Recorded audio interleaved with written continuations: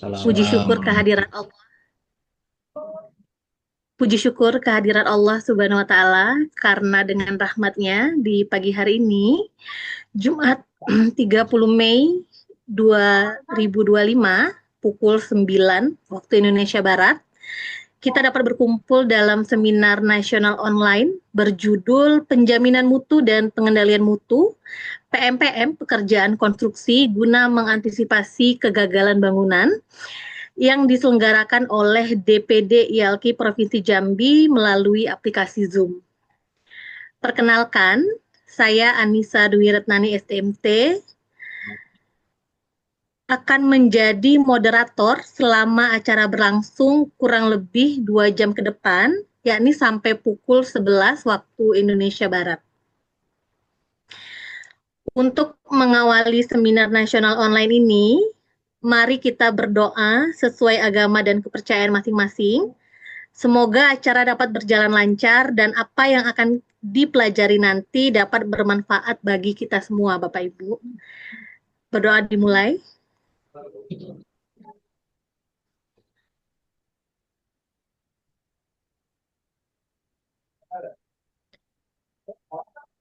Berdoa selesai.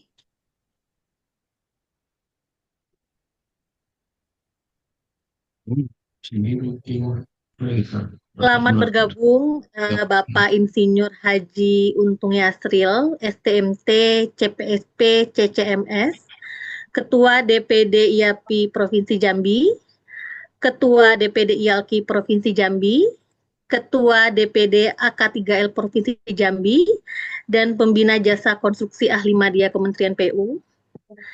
Selamat bergabung kepada narasumber yang terhormat, Bapak Dr. Idi Namara, STMT IPU, yang merupakan Sekretaris Forum Penilai Ahli Kegagalan Bangunan LPJA Kementerian PU sekaligus seorang akademisi. Selamat pagi, Pak. Ya, selamat pagi. Selamat bergabung juga kepada Bapak Ibu semua, seluruh peserta seminar yang berbahagia. Sebelum acara dimulai, izinkan saya mempersilahkan yang terhormat Bapak Untung Yasril selaku Ketua Penyelenggara acara untuk menyampaikan sambutan sekaligus membuka acara seminar kita. Silahkan, Pak. Terima kasih. Assalamualaikum warahmatullahi wabarakatuh. Assalamualaikum Waalaikumsalam. warahmatullahi Yang kami hormati Bapak narasumber, Bapak Dr. Idi Namara, STMD IPU, kemudian para rekan-rekan dari praktisi, akademisi, dan seluruh peserta yang hadir pada hari ini. Eh, Pada hari ini, alhamdulillah di Jumat Berkah ya, pada hari ini kita berkumpul untuk mengikuti Data biasa. seminar nasional ya, pengembangan keprofesian berkelanjutan LPDK Kementerian PU ya. Pada hari ini akan kita berdiskusi mengenai mutu ya, penjaminan mutu dan pengendalian mutu dalam rangka pencegahan kegagalan bangunan. Jadi kita akan berdiskusi selama kurang lebih 2 jam ya. Nah, ini kami selalu rutin mengadakan pada hari Sabtu sebetulnya, tapi karena minggu depan itu ada kita perayaan Idul Adha, jadi dimajukan pada hari Jumat pada hari ini. Jadi kami mengharapkan Bapak Ibu untuk bisa aktif berdiskusi untuk ke depan dari jasa konstruksi kita ini menjadi lebih baik. Demikian saja yang bisa saya sampaikan. Kami kembalikan ke moderator. Tapi ini Ibu moderator, videonya belum kelihatan Ibu moderatornya. Ini jaringan, Pak. Sebentar, Pak. Ya. Oke, silakan dilanjut.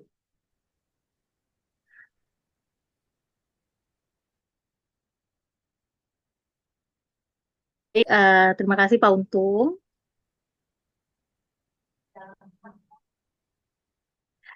Oke, mohon maaf, Bapak Ibu, ada sedikit kendala jaringan.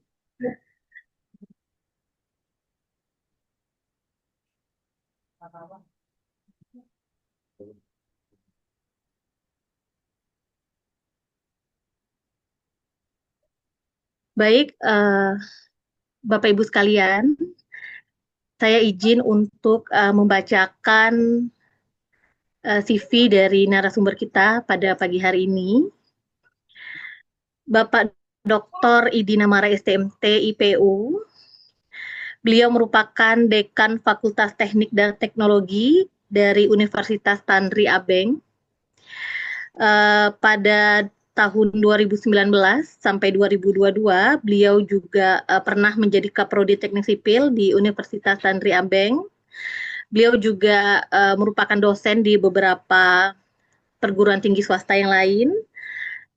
Juga merupakan asesor kompetensi konstruksi dari BNSP. Pada tahun 2001, beliau menyelesaikan pendidikan S1 Teknik Sipil di Universitas Diponegoro. Lalu di tahun 2010, beliau menyelesaikan pendidikan Magister Teknik Sipil di Universitas Diponegoro juga. Lalu pada tahun 2020 yang lalu, beliau telah menyelesaikan pendidikan S3-nya di Universitas Indonesia. Pada saat ini, beliau merupakan Sekretaris Forum Penilai Ahli Kegagalan Bangunan, juga pengurus Pusat PII, Dewan Pakar Astekindo, pengurus Forum Dekan Fakultas Teknik Indonesia, dan juga Majelis Etik dan Profesi Masyarakat Transportasi Indonesia. Tanpa berlama-lama lagi, mari bersama-sama kita mendengarkan paparan dari narasumber.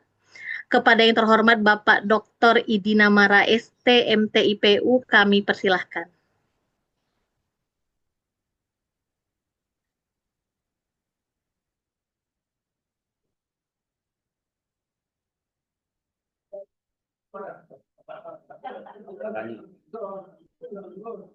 Oke, ya baru dibuka. Izin memastikan suara saya terdengar dengan baik dan lancar. Terdengar, Pak. Oke, baik ya. Izin saya Silakan, mulai ya. silakan Assalamualaikum Pak. warahmatullahi wabarakatuh. Selamat pagi, Waalaikumsalam. salam sehat buat kita semua. Ini terima kasih ini khususnya kepada Bapak Untung Yasril, sahabat kami. Ada juga senior kami juga nih Pak Amsori Emdas ya Pak Ustadz. Assalamualaikum Pak Ustadz. Ya. Dan tentu rekan-rekan yang lain yang tidak bisa saya sebutkan satu persatu, moderator juga terima kasih. Izin saya mulai share screen ya. Silakan, Pak.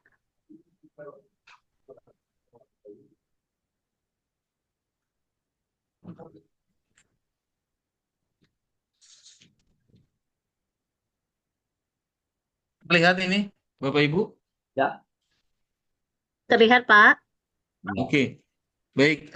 Sebelum saya mulai, tentu apresiasi tinggi dan ucapan terima kasih kami sampaikan kepada DPD IAPI Provinsi Jambi, DPD IALFI Provinsi Jambi, dan DPD AK3L Provinsi Jambi yang sudah bahu-membahu nampaknya untuk menyelenggarakan seminar nasional ini.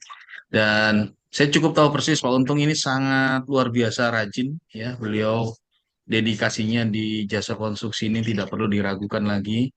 Berapa kali kami interaksi dan alhamdulillah ini kami mendapat kesempatan untuk sekedar berbagi atau sharing knowledge maupun sedikit pengalaman mungkin ya, khususnya terkait dengan kegagalan bangunan. Dan kebetulan di Jambi sendiri ada beberapa penilai ahli kegagalan bangunan ya. Memang saya tidak hafal 100% ini Pak Untung yang lebih hafal ini. Ya, ada Pak Untung, ada Pak Amsori dan seterusnya. Baik, Bapak dan Ibu, tadi sudah disampaikan ya CV kami ya sekilas. Namun yang perlu sedikit diklarifikasi untuk dekan sebenarnya saya baru purna tugas kemarin, seminggu yang lalu kan gitu ya. Jadi saya tulisnya periode 2022-2025 sehingga kembali ke dosen biasa ini. Sehingga bisa bantu Pak Untung ini Pak Untungnya waktu saya lebih banyak ini Pak Untung. Ya, Bapak dan Ibu, ada tiga bagian yang ingin saya sampaikan pada kesempatan kali ini. Yang pertama seputar latar belakang lah, baik mengenai pekerjaan konstruksi, mutu infrastruktur, dan juga kegagalan bangunan. kemudian dua materi utama yaitu mengenai PMPM, ya, penjaminan mutu dan pengendalian mutu untuk pekerjaan konstruksi, dan yang bagian akhirnya adalah mengenai kegagalan bangunan ini. Ya, baik. Bagian pertama dulu ya, ini pengertian biar kita samakan persepsi, walaupun saya percaya Bapak Ibu itu sudah sangat memahami masalah ini. Yang pertama ini pengertian jasa konstruksi, ini layanan jasa konsultasi konstruksi dan garis miring atau pekerjaan konstruksi. Itu kita sudah tahu semua. Kemudian konsultasi konstruksi, ini layanan keseluruhan atau sebagian kegiatan yang meliputi pengkajian, perencanaan, perancangan, pengawasan, dan manajemen penyelenggaraan konstruksi suatu bangunan. Sementara kalau pekerjaan konstruksi ini keseluruhan atau sebagian kegiatan yang meliputi pembangunan, pengoperasian, pemeliharaan, eh, pembongkaran kembali suatu bangunan. Kalau konstruksi, ya, eh, ini rangkaian kegiatan untuk mewujudkan, memelihara, menghancurkan bangunan yang sebagian dan atau seluruhnya menyatu dengan tanah atau tempat kedudukannya menyatu dengan tanah. Sementara kalau sebentar Bapak Ibu, konstruksi berkelanjutan ini sebuah pendekatan dalam melaksanakan rangkaian kegiatan yang diperlukan untuk menciptakan suatu fasilitas fisik yang memenuhi tujuan ekonomi, sosial, dan lingkungan pada saat ini dan pada masa yang akan datang. Ini pengertian awal dulu ya, Bapak Ibu. Nah, eh, ini Bapak dan Ibu. Ini slide saya berubah ya, Bu Moderator? Ya, berapa Pak? Iya, Pak. Berubah, Pak. Berubah ya. Izin saya berapa menit untuk presentasi? Boleh, Pak, 45 menit? 45 menit ya, maksimal 50 menit gitu ya. Oke, Iya, Pak. jadi kata kuncinya itu adalah bagaimana tantangan kita pelaku jasa konstruksi itu mewujudkan bangunan, baik bangunan gedung atau sipil yang berkualitas, handal, dan berkelanjutan. Ini ya. Nah, ini kata kuncinya tiga, yaitu konstruksi berkelanjutan, keselamatan konstruksi, serta pemenuhan standar keempat. Tiga pilar konstruksi berkelanjutan. Yang pertama ini masalah keekonomian yang layak. Yang kedua, bagaimana kita melestarikan lingkungan. Yang ketiga ini sosialnya ya, mengurangi disparitas sosial masyarakat. Ya, salah satunya ketimpangan pembangunan, SDM, dan seterusnya. Nah, ketiga pilar ini menjadi dasar yang kuat untuk penyelenggaraan konstruksi berkelanjutan. Penyelenggaraan konstruksi berkelanjutan ini meliputi perencanaan umum, pemrograman, kemudian konsultasi konstruksi, dan pekerjaan konstruksi. Ini ya, mohon izin di bagian kanan itu yang saya garis kotak-kotak itu ya, garis kotak-kotak itu eh, terkait erat dengan penerapan SMKK berdasarkan Permen PUPR nomor 10 tahun 2021 mengenai pemenuhan standar keempat dalam penyelenggaraan usaha jasa konstruksi. Jika tidak terpenuhi, maka berpotensi terjadinya kegagalan bangunan. Jika ini terpenuhi, maka ini bagian dari upaya penyelenggaraan konstruksi berkelanjutan, sehingga apa ujungnya kembali lagi ke mewujudkan bangunan gedung atau sipil yang berkualitas, handal, dan berkelanjutan. Oh ya, izin Bapak dan Ibu, saya balik ke depan dulu ya, biar tidak salah paham. Nah, ini jadi materi ini sebenarnya bagian dari modul pelatihan kegagalan bangunan. Sehingga saya menyampaikan di sini adalah disusun ya, disusun oleh tim penilai ahli kegagalan bangunan Kementerian PU. Logonya pun masih PUPR ya, logonya. Perkembangannya sekarang adalah Kementerian PU saja, Perumahan Rakyat tersendiri gitu. Jadi biar biar apa? Biar kita clear ini adalah modul bareng-bareng, modul bersama, termasuk saya bagian dari tim tersebut. Walaupun ini ada juga yang memang eh, apa karya pribadi juga ada. Jadi saya campur-campur lah. Izin Bapak dan Ibu.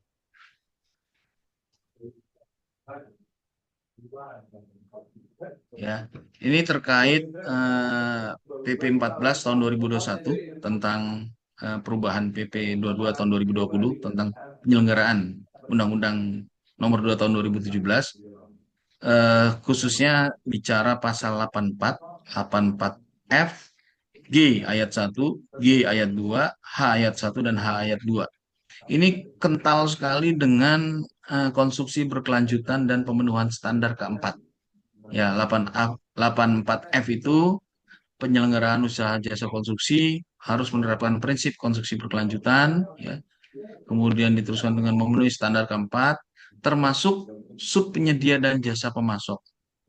Kemudian 84G ayat 1 ini pengesahan persetujuan atas apa? Hasil pengkajian, perencanaan, perancangan, ya, rencana teknis, proses pembangunan, pemeliharaan, pembongkaran atau pembangunan kembali, pelaksanaan, ya, penggunaan material, peralatan, teknologi, dan hasil jasa layanan konstruksi.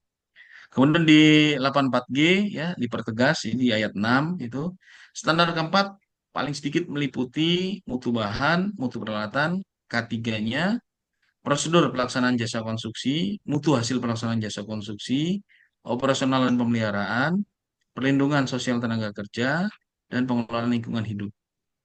Kemudian di 84H, pemenuhan standar keselamatan konstruksi ini, ya, kesehatan dan keberlanjutan diatur oleh Menteri Teknis terkait. Di 84H ayat 2, ya, dalam menyusun standar keempat untuk setiap produk jasa konstruksi, Menteri Teknis, dalam hal ini Menteri PU, ya, kita ketahui bersama, terkait memperhatikan kondisi geografis yang rawan gempa dan kenyamanan lingkungan terbangun. Saya lanjut lagi. Nah, ini standar keempat, ya, kawan-kawan. Saya kira sudah sebagian besar sih sudah paham ini, ya. Ada standar keamanan, standar keselamatan, ya, standar kesehatan, kemudian juga standar keberlanjutan. Ini keamanannya, ya, keamanan dalam keamanan konstruksinya, kemudian keselamatannya tenaga kerjanya, ya. Kemudian kesehatan, ini juga kesehatan tenaga kerja dan masyarakat sekitar yang terdampak atas pekerjaan konstruksi. Keberlanjutan ini, ya, tadi sudah disampaikan sekilas, ya, aspek ekonominya, tapi juga lingkungannya. Bagaimana kita konsepnya membangun sekarang juga untuk di masa depan. Oke, pemenuhan standar keempat dengan menjamin keselamatan keteknikan konstruksi. Ini merupakan keselamatan terhadap pemenuhan standar perencanaan, perancangan, prosedur, dan mutu hasil pelaksanaan jasa konstruksi, mutu bahan dan kelaikan peralatan. Kemudian menjamin K3-nya, ya, merupakan pemenuhan terhadap hak tenaga kerja, penjaminan dan perlindungan keselamatan dan kesehatan, pencegahan wabah penyakit, penyakit berbahaya dan psikotropika, dan pengamanannya atau security. Sementara keselamatan lingkungan ini pencegahan terhadap terganggunya derajat kesehatan masyarakat dan pekerja, perubahan sosial masyarakat, dan rusaknya lingkungan karena pencemaran sebagai akibat dari kepadatan kegiatan di lingkungan pekerjaan konstruksi. Sementara kalau penjaminan keselamatan publik ini merupakan pemenuhan terhadap standar keselamatan publik, pencegahan kecelakaan pada masyarakat, dan pemahaman pengetahuan keselamatan di sekitar lokasi pekerjaan konstruksi. Baik, saya lanjut lagi. Ini menukik di SMKK, ya, di Permen PUPR nomor 10 tahun 2021, ya. Ini jadi disebutkan keselamatan konstruksi adalah segala kegiatan keteknikan untuk mendukung pekerjaan konstruksi dalam mewujudkan pemenuhan standar keamanan, keselamatan, kesehatan, dan keberlanjutan tempat. Ini menjamin keselamatan keteknikan konstruksi, K3 tenaga kerja, keselamatan publik, dan lingkungan. SMKK merupakan pemenuhan terhadap standar keamanan, keselamatan, kesehatan, keberlanjutan dengan menjamin keselamatan keteknikan konstruksi, keselamatan dan kesehatan kerja, keselamatan publik, dan keselamatan lingkungan. Ya, ini roadmap-nya bisa disebut, ya, bagaimana penerapan SMKK itu ini mewujudkan atau memenuhi standar keamanan, keselamatan, kesehatan, dan keberlanjutan atau standar keempat. Ini juga diterapkan di penyelenggaraan usaha jasa konstruksi.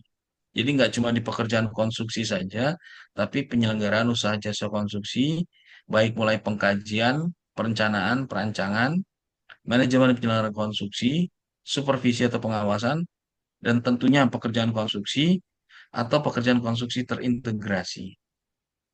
Namun ya Bapak Ibu, ya tentunya tampilan-tampilan ini isinya, substansinya tentu berbasis fase pekerjaan masing-masing. Jadi ketika pengkajian perencanaan perancangan ya tentu dalam bentuk rancangan-rancangan. Sementara khusus di pekerjaan konstruksinya tentu dalam bentuk implementasi. Nah, dalam eh, semua usaha jasa konstruksi ini ya muncullah rancangan konseptual SMKK-nya, muncullah RKK, muncullah RMPK, muncullah program mutu, RKPPL, RMLLP. Ini semua terintegrasi. Dalam rangka apa? Dalam rangka memenuhi Permen PUPR nomor 10 tahun 2021. Kalau ini sudah oke, ya keniscayaan ya. Keniscayaan apa yang kita bangun termasuk orang yang bekerja, termasuk masyarakat terdampak ini akan ya apa ya bagaimana kita berupaya menjamin semua keselamatan ini. Ini masih apa ya masih terkait ya dari prinsipnya ya bahwa mulai dari perencanaan umum, pemrograman, ya konsultasi konstruksi, pekerjaan konstruksi, ya. Ini sumber dayanya tanah, material, air, energi, dan ekosistem. Ini semua masing-masing ada tahapan-tahapan bagaimana kita untuk mengedepankan konstruksi berkelanjutan. Oke, itu latar belakangnya ya. Kalau garis atau benang merahnya adalah bagaimana mewujudkan infrastruktur atau bangunan sipil atau bangunan gedung yang handal, berkualitas dan berkelanjutan. Ya, ini tidak akan lepas dari pemenuhan SMKK. Kalau SMKK tidak terpenuhi, berpotensi untuk nantinya terjadi kegagalan bangunan, sehingga wajiblah untuk dipenuhi. Baik, ini bagian kedua, penjaminan mutu dan pengendalian mutu atau PMPM, khususnya dalam pekerjaan konstruksi. Nah, ini Bapak dan Ibu, ya, bagi pelaku jasa konstruksi, saya kira sudah cukup familiar, ya, bahwa eh, awal di mana sampai dengan FHO, paling tidak ada 10 titik atau 10 poin di sini, ya, dimulai dari pre-award meeting atau PAM ini. Ini merupakan info terkait penyusunan dokumen RKK, pelaksanaan RMPK, RKPPL, dan RMLLP. Ya. Kemudian penandatanganan kontrak nomor satunya, penyerahan lokasi kerjanya, ada kemudian SPMK. Ini semua ada jeda waktunya ya. Dari penyerahan lokasi kerja sampai dengan selesainya SPMK itu ada 14 hari. Kemudian 7 hari berikutnya ya tanggal mulai kerja. Kemudian ada PCM ya pre-construction meeting ya. Ini salah satunya adalah untuk persetujuan dokumen SMKK-nya. Barulah dimulai dengan mobilisasi pekerjaan sampai selesai 100% di poin nomor 7 ini ya. Eh, ya seperti kita ketahui bersama ya ada pemeriksaan akhir atau proses PHU, kemudian tanggal penyelesaian pekerjaan PHU ditentukan. Nah, ada masa pemeliharaan. Ya, ini saya kira Bapak Ibu sudah tahu semua ya, ada yang 3 bulan, 6 bulan, ya sesuai dengan ada di kontrak. Sampai dengan ketika pemeliharaan selesai atau masa garansi selesai, ini tanggal penyerahan akhir atau final handover atau FHO. Ini tahapannya ya terbagi 3 ya, tahap persiapan pelaksanaan pekerjaan ya sampai dengan poin nomor 4. Kemudian tahap pelaksanaan pekerjaannya utamanya di poin nomor 2. Dan yang ketiga ini adalah tahap penyelesaian. Tahap penyelesaian itu ya dari selesai pemeriksaan PHO eh, sampai tuntasnya pemeliharaan sampai dengan FHO. Sudah selesai ya, ya sudah selesai semua. Secara garis besar, ya, kegiatan penjaminan mutu dan pengendalian mutu ini mulai dari tahap persiapan pelaksanaan pekerjaan konstruksi, yang kedua tahap pelaksanaan pekerjaan konstruksi, yang ketiga tahap penyelesaian pekerjaan konstruksi, ya, ini diatur semua ya di Permen PUPR nomor 10 tahun 2021. Baik, ini yang kita bahas pertama secara singkat saja tahap persiapan pelaksanaan pekerjaan konstruksi. Ada 5 poin di sini. Yang pertama adalah penyerahan lokasi kerja. Sebelum SPMK dan didahului dengan peninjauan lapangan secara bersama-sama, kemudian diterbitkanlah SPMK. Ini paling lambat 14 hari sejak tanda tangan kontrak atau 14 hari sejak penyerahan lokasi pertama kali. Setelah itu dilakukan PCM, ya. Ini harus sudah mulai maksimal 7 hari setelah terbitnya SPMK dan sebelum dimulainya pekerjaan. Dengan agenda pembahasan, ya, diantaranya itu ada struktur organisasi proyek, pendelegasian kewenangan, alur komunikasi dan persetujuan, mekanisme pengawasan, jadwal real pelaksanaannya, mobilisasi, metode-metodenya, kemudian pembahasan SMKK-nya, rencana pemeriksaan lapangan bersama, informasi yang dibutuhkan, serta dukungan fasilitas dan lain-lain yang dianggap perlu atau relevan. Kemudian juga tentu ya pembayaran uang muka atau DP-nya ini digunakan untuk membiayai mobilisasi sumber daya. Dan yang poin kelima adalah mobilisasi ini sudah harus segera dimulai 30 hari kalender setelah SPMK, terutama khususnya untuk sumber daya. Kemudian di poin kedua ya pada saat tahap pelaksanaan pekerjaan konstruksi, izin Bapak dan Ibu ya. Pertama ini adalah pemeriksaan bersama atau eh, mutual check MC0. Ya. Ini seperti kita ketahui ada pemeriksaan terhadap desain, terus juga volume awal dengan kondisi lapangan. Kemudian jika diperlukan dilakukan penyesuaian atau perubahan atau adendum kontrak. Ini hal yang sangat lumrah saya kira ya. Eh, di nomor 2 ada permohonan izin mulai kerja. Permohonan izin memulai pekerjaan sekurang-kurangnya melampirkan gambar kerja, rencana pelaksanaan pekerjaan. Ini meliputi 5M ya. Analisis plus analisis keselamatan konstruksi, dan yang C adalah rencana pemeriksaan dan pengujian. Di bagian ketiga ini ada pengawasan mutu pekerjaan. Pengawasan mutu pekerjaan dilakukan melalui pemeriksaan dan pengujian, baik proses dan hasil pekerjaan.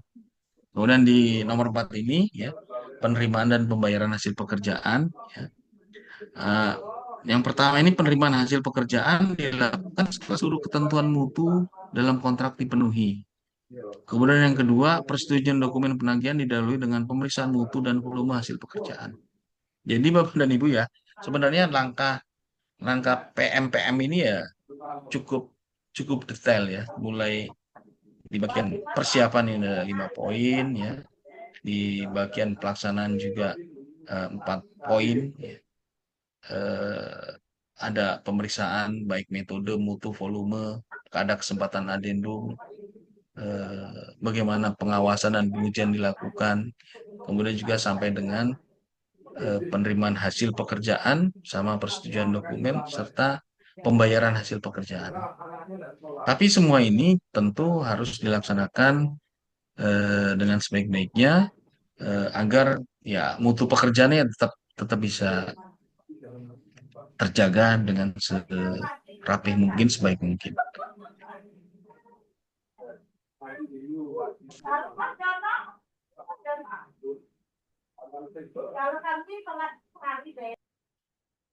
Baik, kemudian ini pengendalian pelaksanaan SMKK ya dalam pelaksanaan pekerjaan konstruksi. Jadi ini izin memulai pekerjaan ya. Setelah syarat izin mulai bekerja, ada metode statement untuk mutu sama K3-nya ya. K3 bukan apa SMKK-nya. Nah, ini meliputi pengendalian 5M, man, method, mesin, material, dan money ya. Termasuk apa porsi untuk subkontraktornya, sorry, ya subkontraktor dan analisis keselamatan konstruksi. Nah ini ya di fase keseluruhan pekerjaan ya, tadi sudah disinggung di sebelumnya, di persiapan pelaksanaan ya apa saja yang dilakukan ya.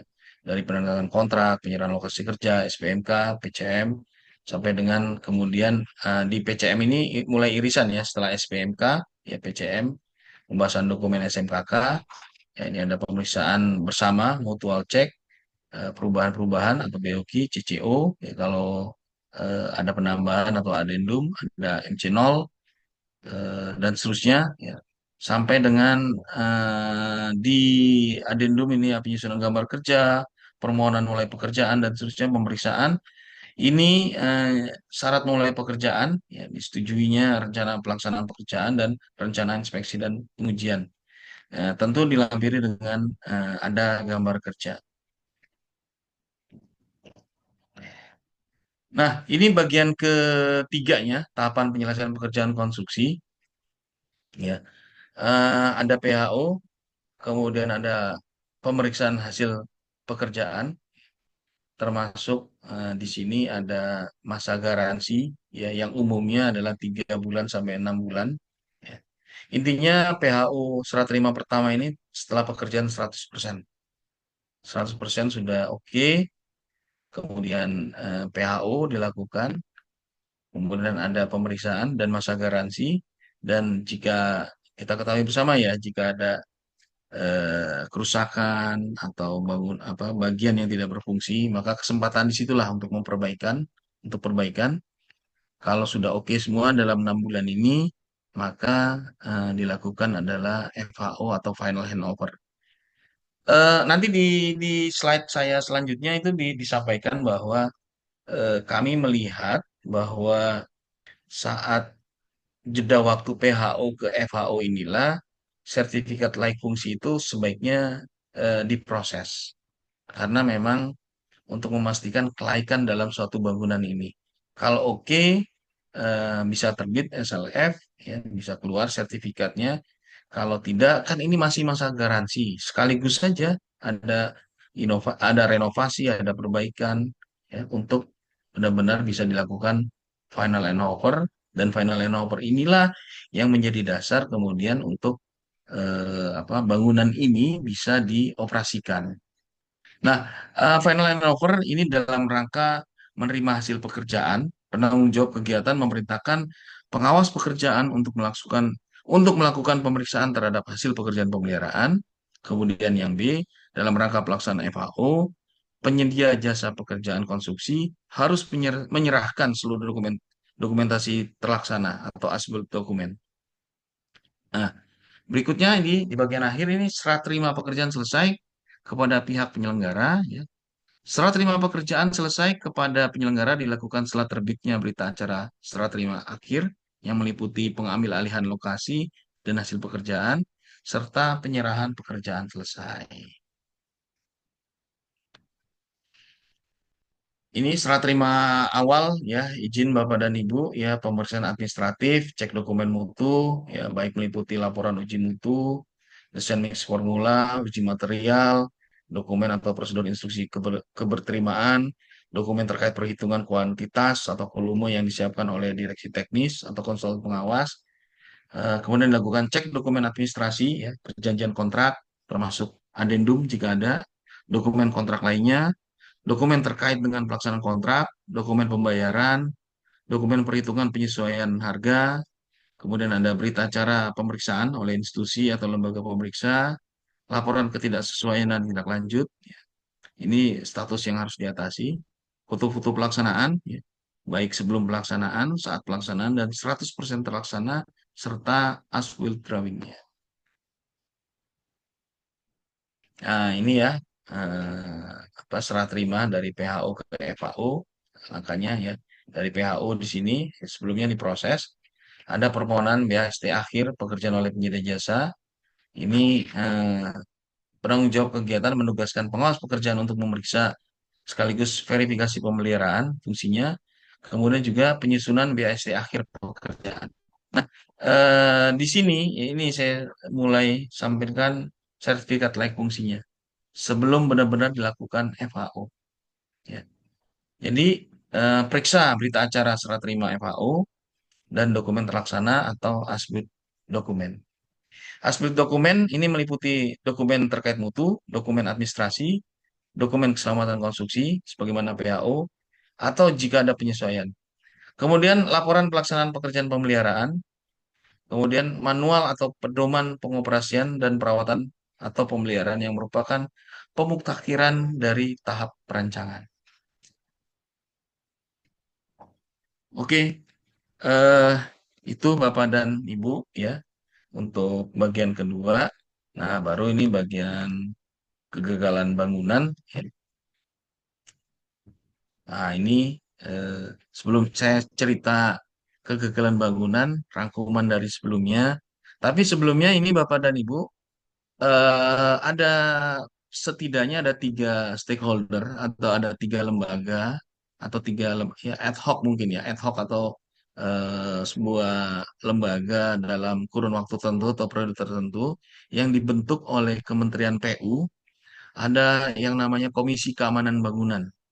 Kemudian ada yang namanya Komite Keselamatan Konstruksi, dan yang terakhir adalah penilai ahli kegagalan bangunan.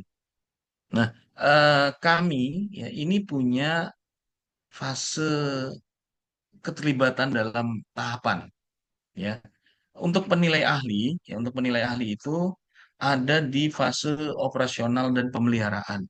Nah, di sini kami sampaikan, sorry, kami sampaikan bahwa eh, wewenang atau penugasan penugasan dari penilai ahli itu ketika sudah dilakukan FHO atau PHO dan FHO ya, yang kami sarankan juga tentu sesuai dengan regulasi yang ada SLF ya, dan bangunan ini beroperasi. Jika terjadi sesuatu yang tidak diinginkan dalam hal ini kegagalan bangunan, maka ini penilai ahli bisa ditugaskan. Siapa yang menugaskan? Yang menugaskan adalah pemerintah, Menteri PU melalui LPJK. Nanti saya cerita bagaimana prosesnya. Nah, sebelum penilai ahli, ya ada 2 tim atau 2 lembaga lain yang sudah dibentuk oleh pemerintah. Satu Komisi Keamanan Bangunan, ya, baik keamanan bendungan, keamanan jembatan, komisi keamanan. Ini ngawal fase studi, pra-perencanaan, fase perencanaan, perancangan, dan seterusnya. Jadi bagaimana mengawal rancangan atau rencana yang betul-betul sesuai standar, betul-betul mutunya, SMKK-nya, dan seterusnya. Nah, ketika proses pelaksanaan pekerjaan konstruksi atau pelaksanaan pengawasan dan pelaksanaan, ini ada tim dari pemerintah, ya, ada SK Menteri PU, itu adalah Komite Keselamatan Konstruksi. Jadi jika terjadi kecelakaan konstruksi, ya, atau ada kegagalan konstruksi, komite inilah yang ditugaskan. Jadi saat pelaksanaan ya, atau dengan kata lain, saat sebelum serah terima. Artinya mungkin saja bangunannya mangkrak, mungkin saja bangunannya sudah selesai, tapi belum ada proses PHO dan FAO, tiba-tiba terjadi kegagalan konstruksi, atau mungkin roboh, atau ada kerusakan. Nah, disinilah Komite Keselamatan Konstruksi bisa ditugaskan oleh pemerintah. Nah, ini fase atau roadmap yang saya buat ya. Kapan Komisi Keamanan bisa ditugaskan, kapan Komite Keselamatan Konstruksi ini bisa ditugaskan, kemudian ada PHO, FAO, ditandai dengan juga dengan sertifikat layak fungsi, barulah bangunan beroperasi, penilai ahli bisa ditugaskan. Dan kami ini yang ada di Komite Keselamatan Penilai Ahli tidak bisa sekonyong-konyong langsung ditugaskan. Tentu ada mekanismenya. Oke, sebelum saya cerita mekanismenya ya, ini balik lagi sedikit mengenai eh, apa ketentuan terkait kegagalan bangunan ya, bahwa mohon maaf saya minum terlebih dahulu. Silakan, Pak. Suara saya masih lancar ya, terdengar ya, Ibu ya, Bu Moderator. Jelas, Pak, jelas. Oke, baik. eh Standar keamanan, keselamatan, kesehatan, dan keberlanjutan Ini pedoman teknis keamanan, keselamatan, kesehatan tempat kerja konstruksi, dan perlindungan sosial tenaga kerja, serta tata lingkungan setempat dan pengelolaan lingkungan hidup dalam penyelenggaraan jasa konstruksi.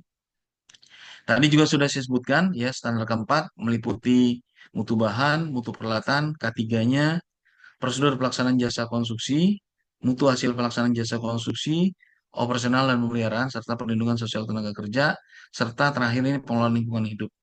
Pengguna jasa dan garis miring atau penyedia jasa dapat menjadi pihak yang bertanggung jawab atas kegagalan bangunan akibat dari tidak terpenuhnya standar keempat. Tadi sudah saya sebutkan juga ya bahwa jika standar keempat ini tidak dilakukan dengan baik, ya, maka potensi kegagalan bangunan ini bisa saja terjadi. Kalau ini terjadi, ya bisa saja ya ada indikasi pengguna jasa atau penyedia jasa bisa dijadikan pihak yang bertanggung jawab atas kegagalan bangunan. Ini tertuang di Pasal 60 ayat 1 Undang-Undang Nomor 2 Tahun 2017 tentang jasa konstruksi. Bapak dan Ibu, ada beberapa definisi terkait kegagalan bangunan. Ya. Konstruksi tadi sudah di bagian awal. Bangunan konstruksi ini adalah wujud fisik hasil jasa konstruksi. Jasa konstruksi ini adalah layanan jasa konsultasi konstruksi atau pekerjaan konstruksi. Ini pengguna jasa adalah pemilik atau pemberi pekerjaan ya yang menggunakan layanan jasa konstruksi atau owner ya. Penyedia jasa, pemberi layanan jasa konstruksi baik konsultasi maupun pekerjaan konstruksi. Subpenyedia jasa ini adalah pemberi layanan jasa konstruksi kepada penyedia jasa. Sementara penyelenggara usaha jasa konstruksi adalah upaya pengelolaan rangkaian kegiatan untuk mewujudkan bangunan konstruksi yang kukuh, handal, berdaya saing tinggi, berkualitas, dan berkelanjutan. Nah, ini definisi intinya kegagalan bangunan ini adalah hasil suatu keadaan keruntuhan bangunan dan garis miring atau tidak berfungsinya bangunan setelah serah terima akhir jasa konstruksi atau setelah FHO. Kriteria dan tolak ukurnya, ini kegagalan bangunan dinilai dan ditetapkan berdasarkan kriteria dan tolak ukur. Kriteria dan tolak ukur kegagalan bangunan merupakan kondisi atau ukuran yang menjadi dasar penilaian dan penetapan kegagalan bangunan. Tolak ukur kegagalan bangunan digunakan untuk menentukan tingkat keruntuhan dan garis miring tidak berfungsinya suatu bangunan. Kriteria dan tolak ukur kegagalan bangunan sesuai dengan ketentuan standar konstruksi. Ya, ini jadi Bapak Ibu ya, ada intinya kriteria dan tolak ukurnya ini meliputi aspek struktural dan aspek fungsional. Walaupun aspek fungsional ini tentu tidak akan lepas juga dari aspek strukturalnya. Kalau aspek struktural ini paling sedikit meliputi kekuatan strukturnya, ya, stabilitasnya, durabilitasnya, dan spesifikasi materialnya. Sementara kalau aspek fungsionalnya lebih kepada kemudahan layanan, bukan kegagalan fungsional ini apa ya? Bukan berarti tidak marketable ini layak tidak berfungsi, gitu ya. Tapi lebih kepada eh, kemudahan layanannya ini tidak terpenuhi sesuai dengan yang dirancang. Ada beberapa ini ya jenis kegagalan bangunan ya kegagalan bangunan fisik ini per definisi pasca kejadian bangunan mengalami kerusakan fisik di luar target performance yang sudah disepakati saat desain. Kemudian kejadian bisa karena alam ya gempa, longsor, banjir, angin atau operasional yang melampaui kapasitas rencana. Sementara kalau kegagalan fungsional ini misal ya saat dikaji untuk SLF baru secara fisik tidak dijumpai kerusakan, tapi secara teoritis akibat perubahan beban desain pada KOD atau SNI yang terbaru mengindikasikan kapasitas bangunan existing tidak mampu memberikan respon sesuai target performance yang disepakati tanpa upaya peningkatan kapasitas bangunan secara terstruktur. Jadi ya Bapak dan Ibu, SNI itu kan ya saya kira metode teknologi SNI itu kan dinamis ya, termasuk regulasi. Tentu per sekian waktu atau per berapa tahun itu tentu ada perbaruan-perbaruan dan itu lumrah, sangat manusiawi karena terjadi dinamika, terjadi dinamis di sana. Termasuk SNI masalah gempa misalnya. Pada wilayah tertentu ada batasan gempanya, beban gempanya, tetapi bisa saja 5 tahun, 10 tahun kemudian ada perubahan code-nya atau SNI-nya. Ketika ada perubahan code dan SNI ini, tentu harus diimbangi juga dengan upaya pemeliharaan atau perkuatan pada bangunan tadi. Karena pada awalnya saat desain pakainya SNI lama.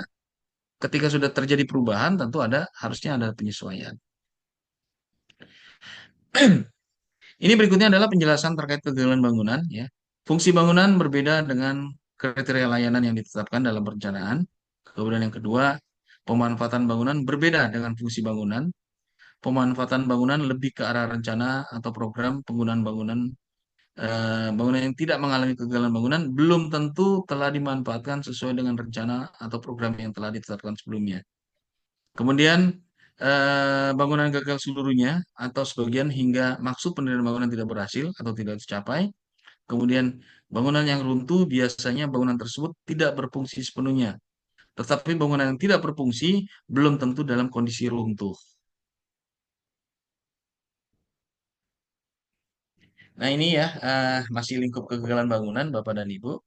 Bangunan sipil yang telah diserah terimakan kepada pemilik dan sudah operasional ini tentu harus memenuhi syarat public safety sesuai undang-undang, antara lain memiliki atau ada SLF, baik dari Pemda maupun pemerintah pusat, kemudian dilengkapi dengan dokumen perencanaan, spesifikasi teknik, ya, dengan target performa yang disepakati, gambar konstruksi sebagai bagian dari kontrak sesuai SNI terakhir, dokumen administrasi pelaksanaan dan aspek drawing, kemudian lolos uji beban yang dipersyaratkan, ada konfirmasi dari penilik ahli atau tim khusus yang ditugaskan, yang mungkin salah satu TABG ya, yang pernah kita ketahui.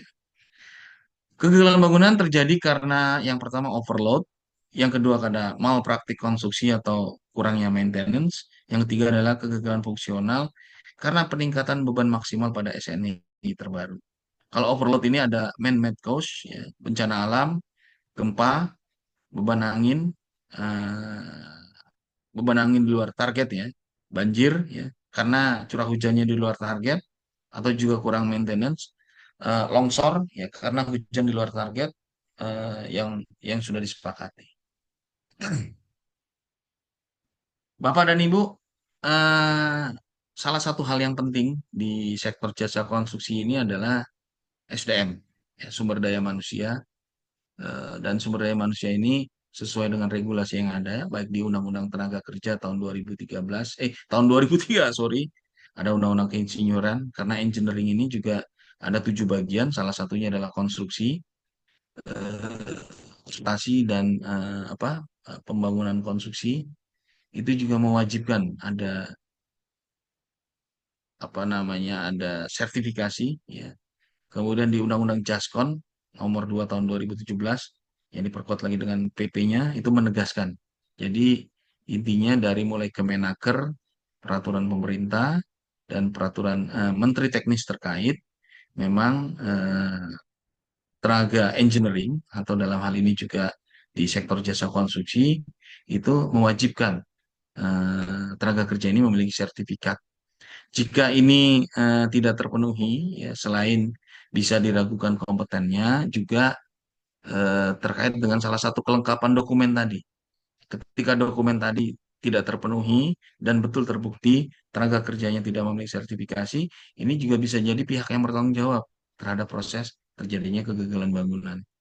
Nah, ini kami mencatat setidak-tidaknya secara umum ya ada Undang-Undang Tenaga Kerja tahun tahun 2013 nomor 13, kemudian ada Undang-Undang Keinsinyuran yang nomor 11 tahun 2014, di sektor arsitek. Arsitek juga punya Undang-Undang nomor 6 tahun 2017, kemudian ketenaga listrikan ya Undang-Undang nomor 30 tahun 2009 dan Undang-Undang nomor 2 tahun 2017 tentang jasa konstruksi.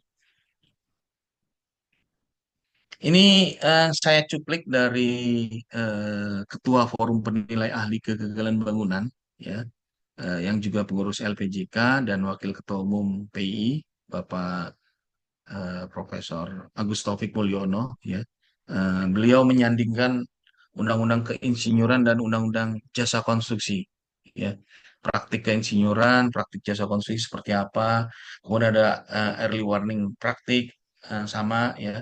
Ada asas pengaturan keinsinyuran, juga asas penyelenggaraan jasa konstruksi. Ini betul-betul saling saling terkait di sini.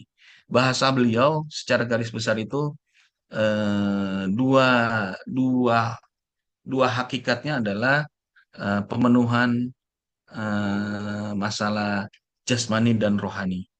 Ya, rohaninya ke dalam kalbunya itu ya ada di kode etik, profesionalisme, integritas ya dan seterusnya itu ada di STRI, ada di SIPP, keinsinyuran. Sementara eh, jasmaninya, fisiknya, keahliannya, kompetensinya, ahli jembatan, ahli jalan, ahli gedung dan seterusnya ada di sertifikat jasa konstruksi. Jadi keduanya ini saling saling berjalan bersama. Keduanya secara regulasi punya kekuatan masing-masing. Pemenuhan sektor rohani, pemenuhan sektor jasmaninya. Rohani itu kepada integritas, etika, kode etik, profesionalisme dan seterusnya. Keahliannya, kompetensinya, ya, jasmaninya ada di Undang-Undang Jasa Konstruksi dalam hal ini SK-nya tadi.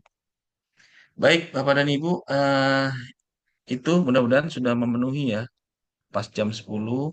Oke, satu lagi sebelum saya kembalikan kepada moderator, tadi saya ingin cerita sedikit tentang prosedur kegagalan bangunan. Jadi memang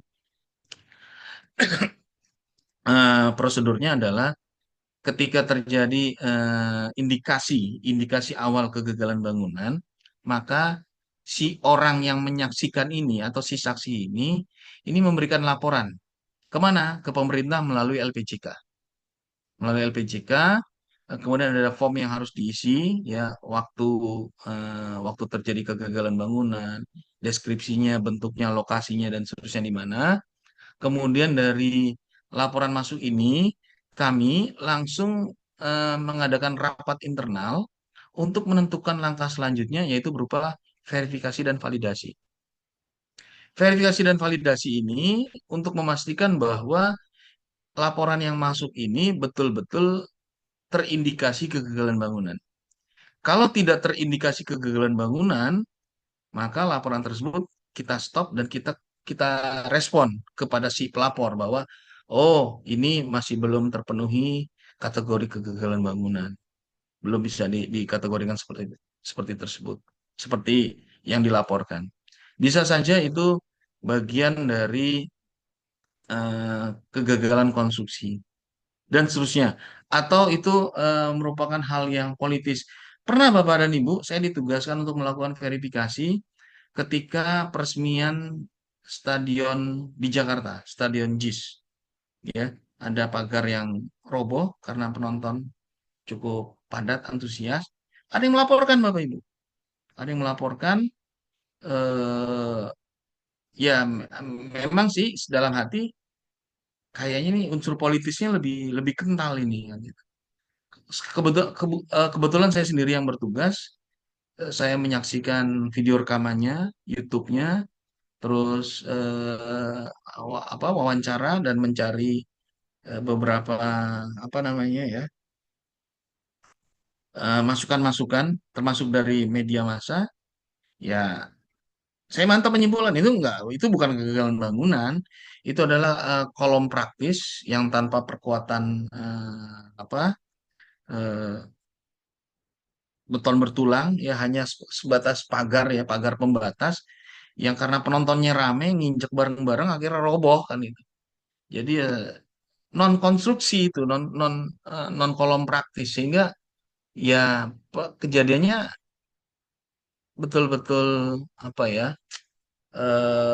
di luar kendali karena penonton rame karena peresmiannya itu dipakai dengan eh, sebuah band itu ya tampil gitu, sebuah band tampil. Jadi dari kondisi teknis saya laporkan, kronologi kejadian saya tampilkan ya itu kita close, bukan kegagalan bangunan itu. Ada beberapa memang kegagalan laporan masuk, semua ditindaklanjuti, ada yang memang cukup panjang tindak lanjutnya karena memang perlu kehati-hatian dan ketika sudah dianggap kategori kegagalan bangunan, maka LPJK atas persetujuan menteri ini menunjuk tim penilai ahli untuk terjun melakukan penilaian terhadap kegagalan bangunan. Saya kira itu mungkin tambahan dari saya. Saya kembalikan pada moderator. Silakan Ibu. Terima kasih, Pak. Bapak Ibu peserta seminar nasional online, tadi kita telah mendengar paparan dari Pak Idi Namara tentang bagaimana mewujudkan bangunan sipil yang handal dan berkualitas untuk mengantisipasi kegagalan bangunan secara fisik maupun fungsional. Saya persilahkan bagi Bapak Ibu peserta yang ingin bertanya atau berdiskusi, boleh langsung raise hand terlebih dahulu, kemudian nanti secara bergantian akan saya bacakan pertanyaan yang sudah ada di fitur chat aplikasi. Oke, izin Pak Idi, apakah kita bisa langsung ke sesi tanya jawab?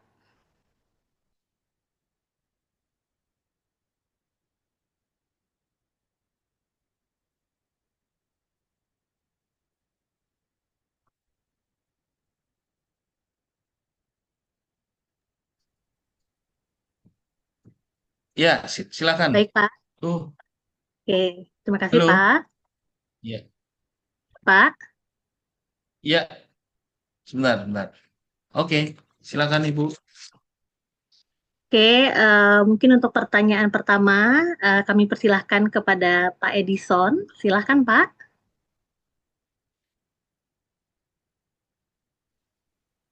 Oke, terima kasih Bu Moderator. Selamat pagi Pak Idi Namara. Ya, selamat pagi Bapak. Iya, saya Edison Pak dari DPD ILKI Provinsi Jambi. Yang ingin saya tanyakan tentang ini masa pemeliharaan ya Pak. Bagaimana kalau penyedia jasa tidak melaksanakan kewajibannya di masa pemeliharaan, seperti memperbaiki pekerjaan yang cacat misal? Karena alasan mereka si pengguna jasa tidak memberitahukan gitu. Apakah ini suatu kewajiban dari pengguna jasa untuk memberitahu bahwa terjadi kerusakan pekerjaan? Demikian aja Pak. Terima kasih. Ya, makasih Pak Edison. Ya, Pak Edison kan sebenarnya ini ya ada kan ada kontrak kontrak kerja Ya, ya, ada kontrak kerja. Seharusnya kan itu diatur semua. Masa pemeliharaan itu kan ya memang bervariasi, tapi umumnya 3 bulan sampai 6 bulan. Kan ya, disitulah sebenarnya poin-poin dalam kontrak kerjanya itu jelas. Kan buat apa ada masa pemeliharaan tapi nggak dilakukan pemeliharaan kan buat ya, apa kan itu? Nggak aneh itu. Ini ya tapi ya jangan langsung masuk ke ranah hukum sih. Sebaiknya memang dilakukan duduk semeja bersama lah untuk ya, nyamakan persepsi. Intinya jawaban saya simpel Pak, sebenarnya ada di kontrak kerja, harusnya seperti itu. Harusnya seperti itu. Dan kalau memang ada sesuatu ya tinggal diselesaikan secara bersama-sama ya. Kan ada tahapan-tahapan ya sampai dengan kalau ya, terakhir barulah masuk ke perdata ya. atau sebelumnya arbitrase atau ya sengketa atau tapi lebih enak duduk satu meja untuk bersama-sama diselesaikan. Itu Masalah, aja, Pak. masalahnya ini Ya. ada case Pak. Ada Oke. case. Karena si penyedia jasa tidak melaksanakan sampai ke ini Pak, ke pengadilan gitu loh Pak. Iya. Nah, Kalau udah pengadilan udah rugi semua, Pak. Pekerjaan stop, uang di stop, semua di stop. i- iya Pak, iya sampai ke pengadilan. Iya, iya, iya. Tapi akhirnya pihak si pengguna jasa menang gitu Pak, sehingga jaminan pemeliharaan dicairkan gitu loh Pak. Gitu Pak, makasih. Oke, iya, iya. Oke, terima kasih Pak Edison. Mungkin kita bisa lanjut ke pertanyaan berikutnya kepada Pak Amsori. Silahkan Pak. Baik, Assalamualaikum warahmatullahi wabarakatuh. Salam. Waalaikumsalam. Terima kasih atas waktunya Bu Anissa, Bu Moderator, dan Alhamdulillah Ya pagi Pak. hari Jumat berkah ini dapat bersilaturahim nih dengan Dr. Idi dan Pak Insinyur Haji Untung. Pada kesempatan yang berbahagia ini, saya sangat tertarik sekali dan senang sekali eh, long life learning kita, ya diskusi kita berkaitan dengan penjaminan mutu dan pengendalian upaya untuk meminimais kegagalan bangunan. Jadi ada tiga variabel ini memang sebenarnya luar biasa untuk negeri Konoha kita, karena apapun bentuknya, kalau secara teoritis dan lain-lain sebagainya, eh, negeri kita memang sudah cukup baik, tapi dataran aplikasi yang ini mungkin menjadi PR kita bersama. Nah, dengan diskusi ini mudah-mudahan menjadi spirit dan menimbulkan semangat yang istilahnya optimis tapi realistis ya. Nah, maknanya bagaimana nanti proyek-proyek baik skala daerah apalagi dan juga skala nasional minimize berkaitan dengan kegagalan bangunan. Nah, ini sekedar sharing bahwa di Jambi sendiri ya tidak sedikit bangunan-bangunan yang gagal. Kalau kita bahasa yang agak sensitifnya itu mangkrak kan gitu kan. Nah, ini diantaranya itu banyak sekali, bahkan ini bukan bangunan-bangunan yang kecil, tapi bangunan-bangunan strategis yang ada di eh, daerah Provinsi Jambi. Ini yang baik di perguruan tinggi dan juga bangunan-bangunan pemerintah lainnya, juga juga ada juga yang swasta. Nah, tapi sebagai renungan juga di skala nasional pun tidak sedikit juga ini dalam rangka transparansi dan accountability berkelanjutan. Seperti kita lihat juga ya di mana mungkin kita masih ingat di Hambalang ya, dan tanda kutip sekarang IKN ya, yang di IKN itu tanda kutip. Tapi di Hambalang ya ini tidak sedikit kerugian yang diemban oleh ini kembali juga akhirnya kepada masyarakat karena ini uang daripada masyarakat. Nah, ini yang lalu. Nah, sekarang bagaimana kekinian dan kedepannya? Karena dalam proses perbaikan itu memang tidak semula jadi, tapi dengan diskusi-diskusi kecil seperti kita mengadakan webinar ini, harapannya ya saat ini dan kedepannya bagaimana yang lalu itu experience is the best teacher ya, menjadi satu pengalaman dan bagaimana untuk kedepannya jangan berulang dan engineer-engineer yang muda ya dan juga yang tua juga bagaimana mensikap ini bisa menjadi pelajaran dan bisa lebih baik. Nah, terakhir ini seperti di Jambi sendirilah yang baru nih ada beberapa proyek strategis ini. Nah, ini real nih. Saya kebetulan diminta BPK untuk mengevaluasinya itu. Nah, di antaranya proyek gedung itu ada dua, Islamic Center dan stadium. Nah, itu dua. Nah, dan juga ada jalan ya yang nilainya tidak besar tapi ya di atas ratusan miliar ya. Kalau kita beli kerupuk cukup banyak juga itu. Nah, kalau kita bangun musola banyak juga. Nah, ini yang Ya, di ya. Provinsi Jambi. Artinya begitu juga kalau kita amati di Lampung dan juga mungkin di Kalimantan dan juga di Sulawesi dan di Papua. Nah, ya gini Pak Edi, maksudnya gini, memang balik lagi kepada value kompetensi itu sendiri. Kalau berkaitan dengan knowledge ya, ilmu pengetahuan, banyak kita sudah jadi doktor dan profesor di bidangnya, khususnya di bidang konstruksi. Kalau bicara pengalaman, ya, tidak sedikit orang kita ini banyak juga yang berpengalaman baik lokal, ya, nasional, bahkan internasional, ya. Nah, sedangkan pelaku-pelaku kebijakan itu bukan orang-orang tidak berpengalaman. Nah, mereka juga ada yang bergelar doktor, profesor, and so on dengan pengalaman puluhan tahun. Tetapi penyakitnya kalau saya renungkan ya ini untuk evaluasi kita bersama, yaitu tadi attitude itu. Jadi attitude itu tidak hanya sebatas etika, tapi itu bermuara kepada akhlak.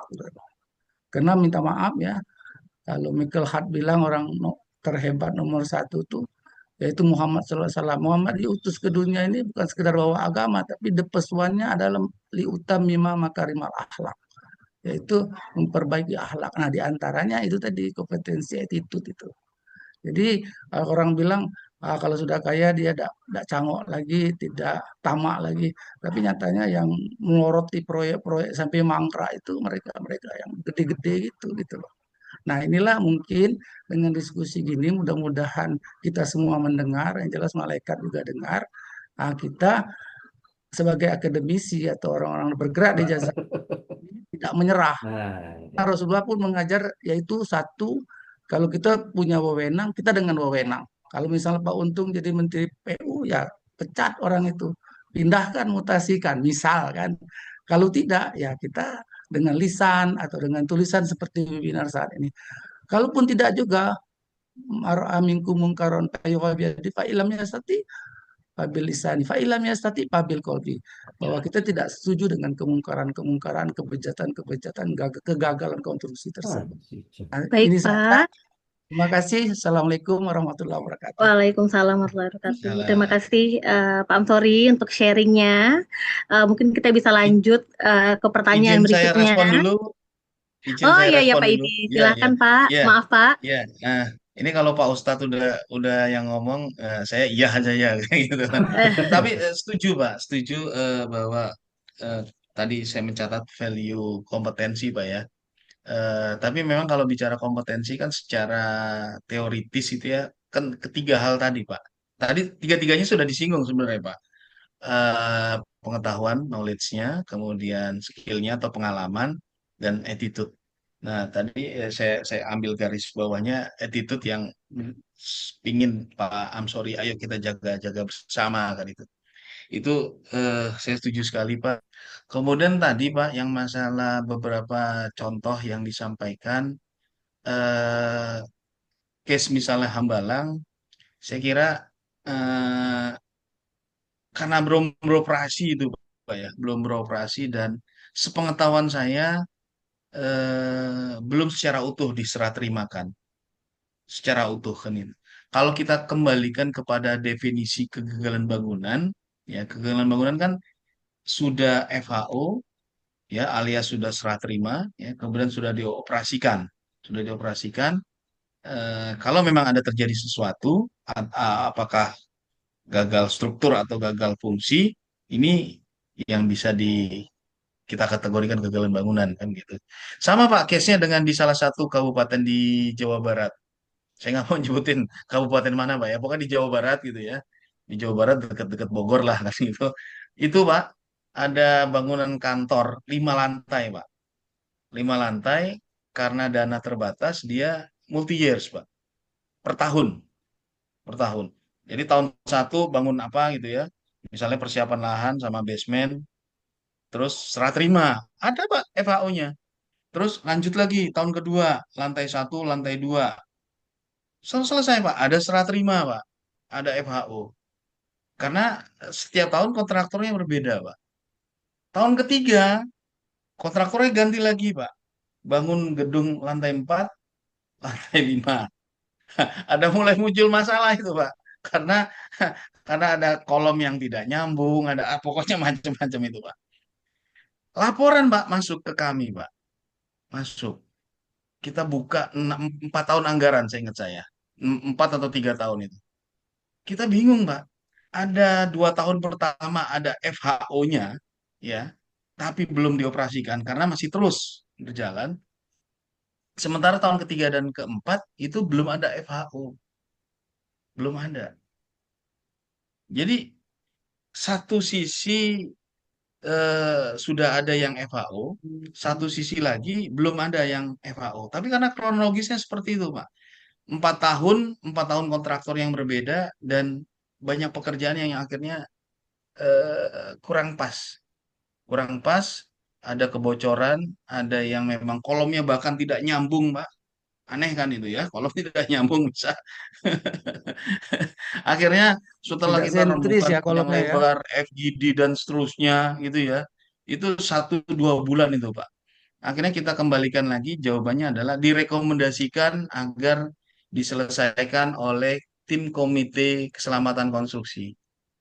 Karena secara hakikat sebagian ini masih on proses dilaksanakan, belum dioperasikan. Walaupun juga kami menyadari ada 2 tahun yang sudah di FHO-kan, itu sudah ada, Pak.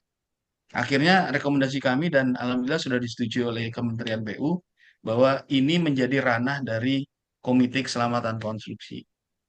Tapi prinsipnya setuju Pak yang disampaikan Pak Amsori tadi, ya peningkatan value, kompetensi, ya komitmen bersama, PR bersama, oke semualah saya kira itu. Makasih Pak Amsori. Ya, Ya, terima Terima kasih kasih Pak Idi. Pak. ya, ya. Oke, Silakan Pak Bu Idi, moderator. Ya, kita mungkin bisa ke pertanyaan berikutnya. Ini dari Pak Syarifuddin. Silahkan Pak. Ya, kedengaran ya Bu Anissa. Jelas Pak. Baik, iya. Makasih Bu. Assalamualaikum warahmatullahi wabarakatuh. Waalaikumsalam salam warahmatullahi wabarakatuh. wabarakatuh. Ya, izin Bu Anissa saya langsung ke Pak Silahkan Idi. Pak. Ya, ya. Assalamualaikum Pak Idi. Salam. Ya. Sebelumnya terima kasih banyak ini Pak Edi sudah berbagi ilmu dengan kami ini meskipun di hari libur ya. Mohon pencerahan ini Pak Edi. Misalnya eh, pada tahap PHO pekerjaan sudah dianggap selesai 100%. Terus kita minta turun tim dari PPK karena sekarang kan PPHP kan sudah dihapus jadi tim PPK misalnya turun kemudian hasil pengecekan di lapangan ada didapati misalnya eh, cacat eh, minta diperbaiki Pak minta diperbaiki.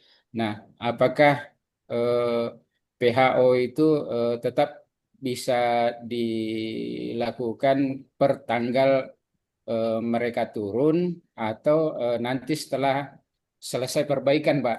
Karena yang jadi masalah kalau misalnya menunggu selesai perbaikan katakanlah 7 hari, terus bisa dianggap ada keterlambatan gitu, Pak. Nah, itu yang masalah. Kalau waktu kontrak masih ada, enggak terlalu masalah. Tapi kalau waktunya pas-pasan, itu yang kadang jadi masalah, Pak. Jadi apakah bisa tanda tangan PHO pada saat turun atau nunggu setelah perbaikan, Pak? Nah, yang kedua, Pak, izin dulu kalau enggak salah, Pak, ada istilah PHO parsial ya, Pak. PHO parsial. Nah, ini kaitannya dengan pencairan dana di KPPN, Pak. Misalnya kontrak kita berakhir di 31 Desember misalnya. Tapi KPPN kan dia membatasi misalnya pengajuan itu harus misalnya 20 Desember misalnya. Tapi dengan terbit garansi bank untuk sisanya itu, Pak. Nah, sementara kendalanya biasa bank itu tidak mau menerbitkan garansinya, Pak. Kalau tidak ada berita acara gitu. Nah, itu bagaimana Pak? Mohon pencerahan. Terakhir yang ketiga Pak, misalnya masa pemeliharaan belum selesai, katakanlah 6 bulan.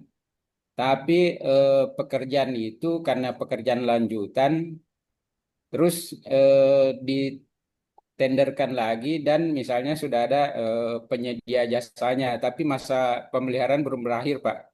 Dan dilakukan pekerjaan di bangunan itu. Nah, tanggung jawab pemeliharaan itu gimana, Pak?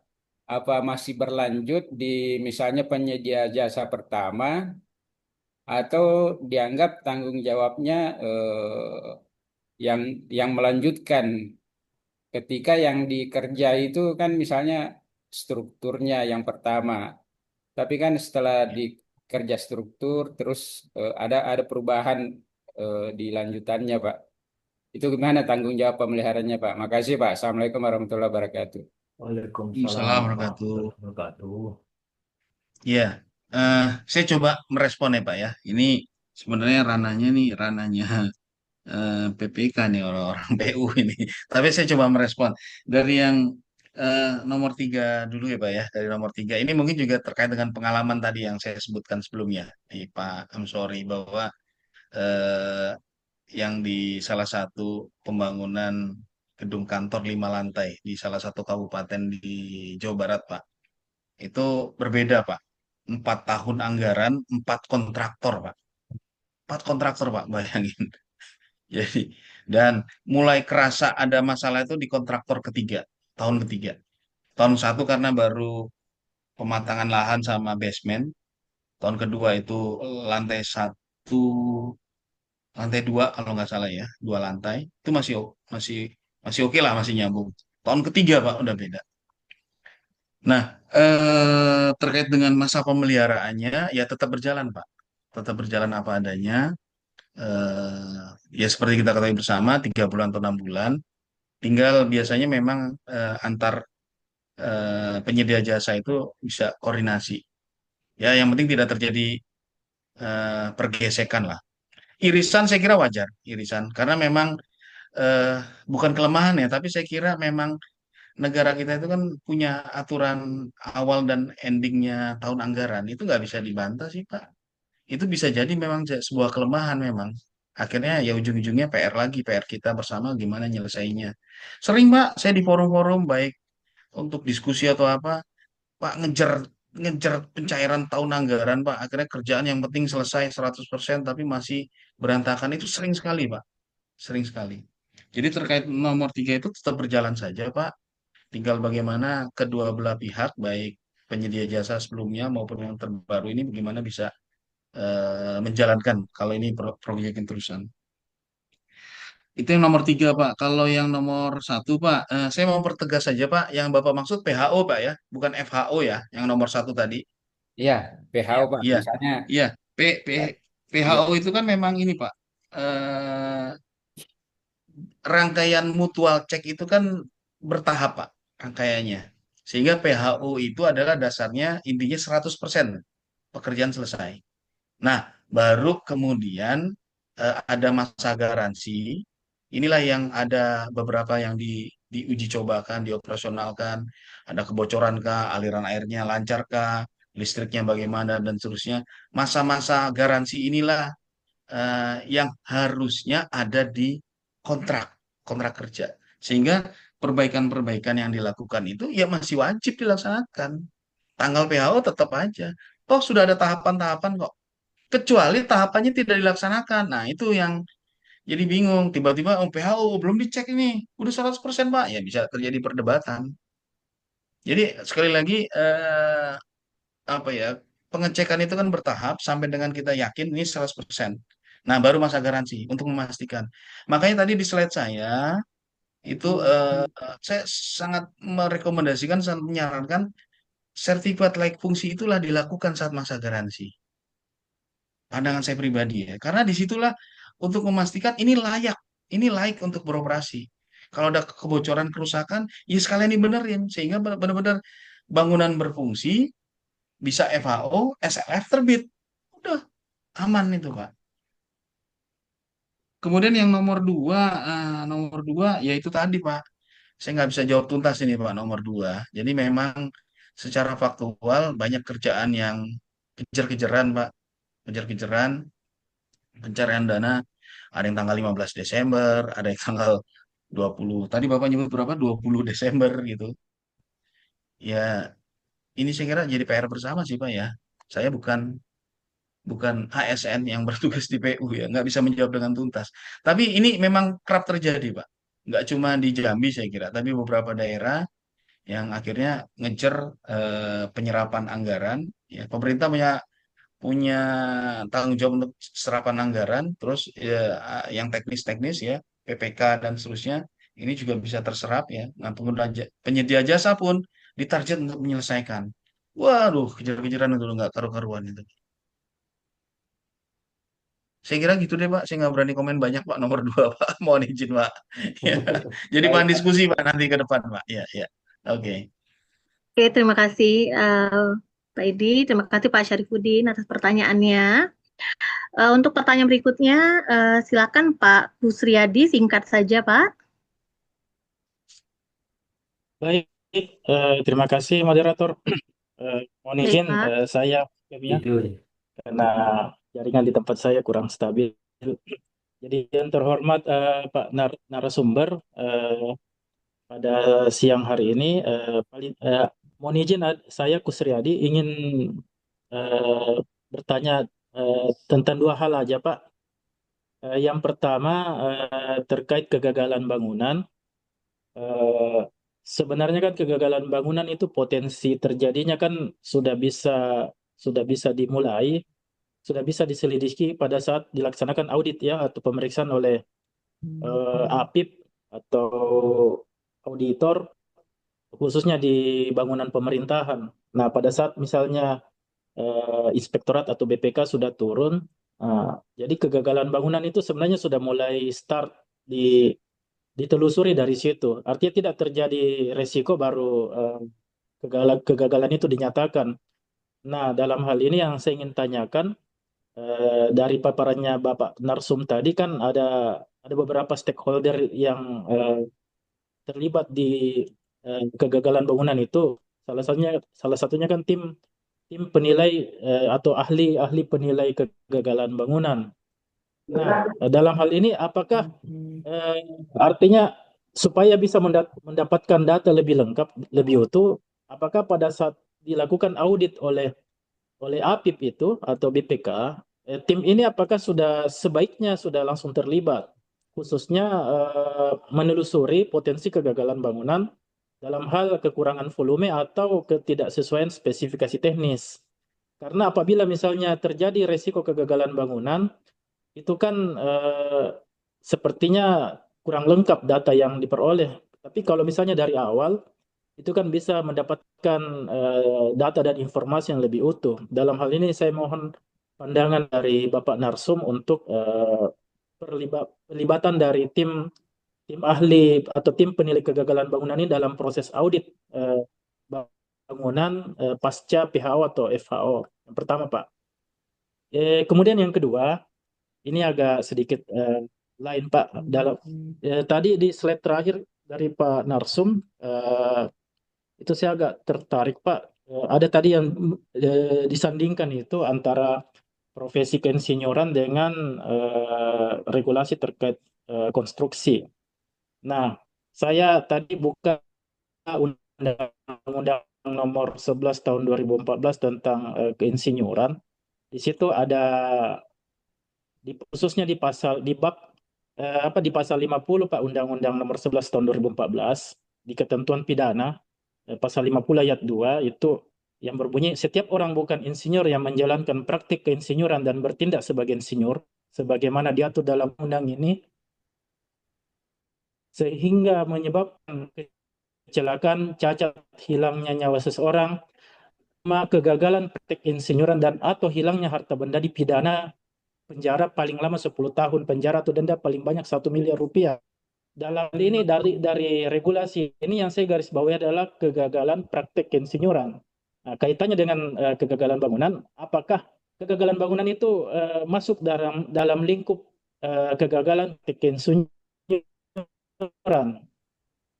Kaitannya dalam hal itu, misalnya ini saya minta pandangan Bapak narasumber terkait dengan yang diatur dalam undang-undang ini, kegagalan praktek insinyuran kaitannya dengan kegagalan bangunan itu sejauh mana, Pak?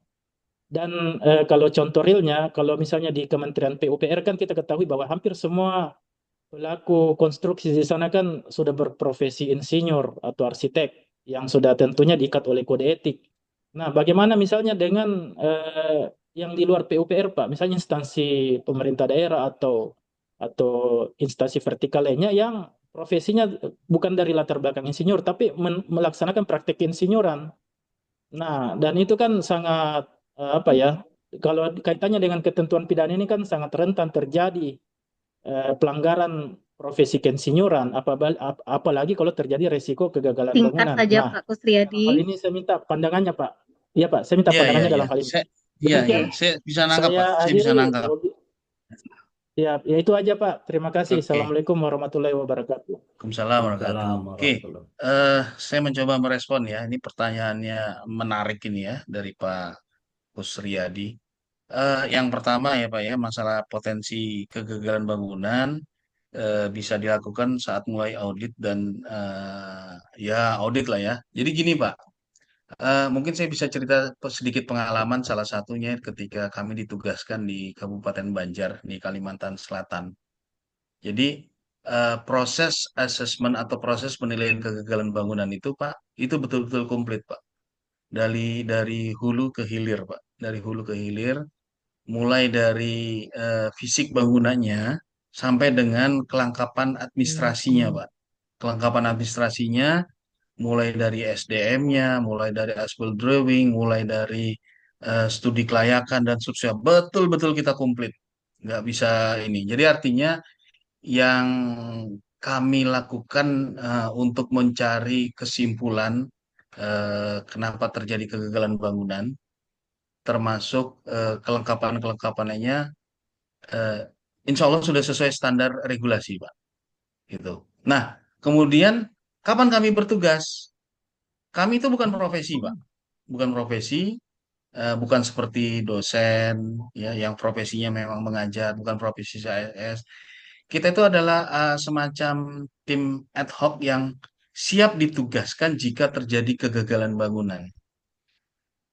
Terjadinya kegagalan bangunan ketika sudah terjadi FHO dan bangunan tersebut sudah beroperasi. Dan ketika ada indikasi kegagalan bangunan, ya, boleh masyarakat atau siapapun dari pemerintah pun boleh melaporkan. Boleh melaporkan. Langkah pertama kami akan melakukan verifikasi dan validasi untuk memastikan, oh iya ini kategorinya adalah kegagalan bangunan. Maka kemudian dibentuklah tim penilai ahli kegagalan bangunan yang ditugaskan untuk melakukan penilaian. Di Indonesia kurang lebih ada izin Pak Untung ada 300-an kalau nggak salah ya Pak Untung ya, Ya, hampir 400 dari ya. Sabang sampai Merauke Pak. Ya dari Sabang sampai Merauke ada 300 sampai 400 orang.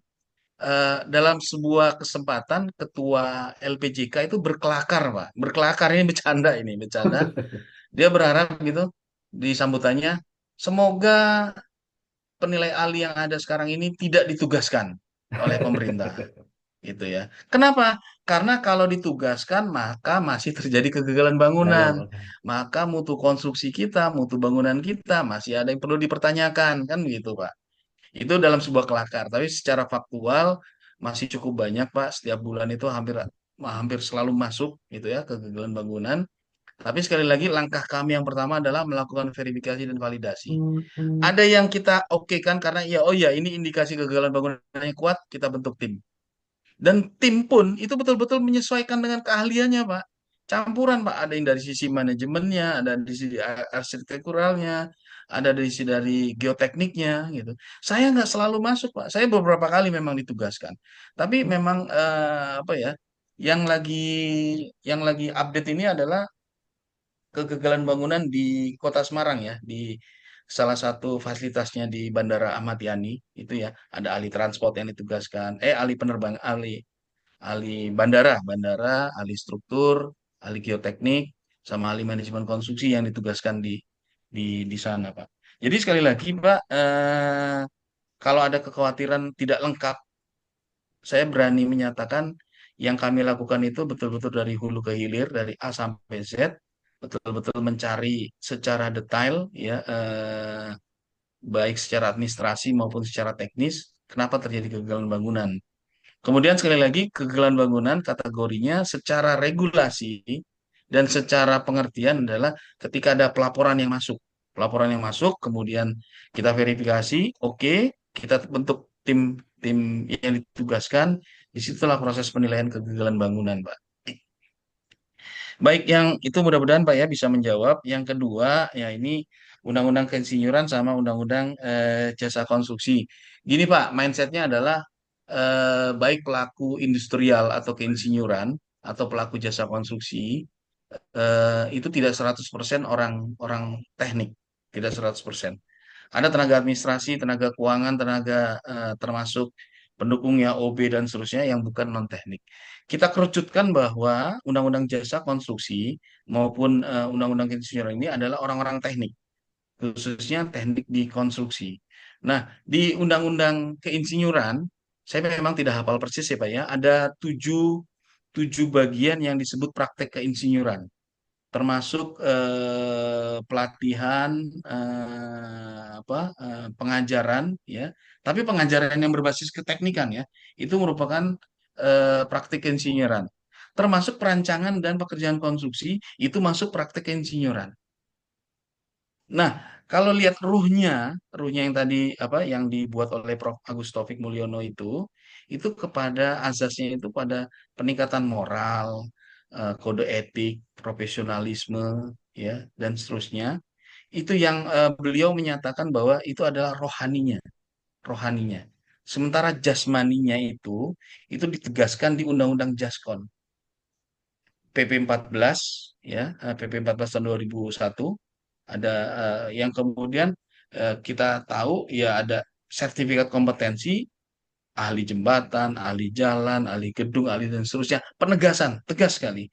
Dan kalau kita singgung sedikit Pak ya masalah kurikulum profesi keinsinyuran ya bagi teman-teman yang sudah ambil ya di profesi keinsinyuran kan ah, isi dari kurikulum itu ya kode etik, ya profesional, paling K3, tidak ada materi teknis, belajar beton, belajar elektrikal, belajarnya nggak ada. Itu lebih ke K3, penekanan kode etik, profesionalisme dan seterusnya. Itu yang membangun jiwanya, Pak.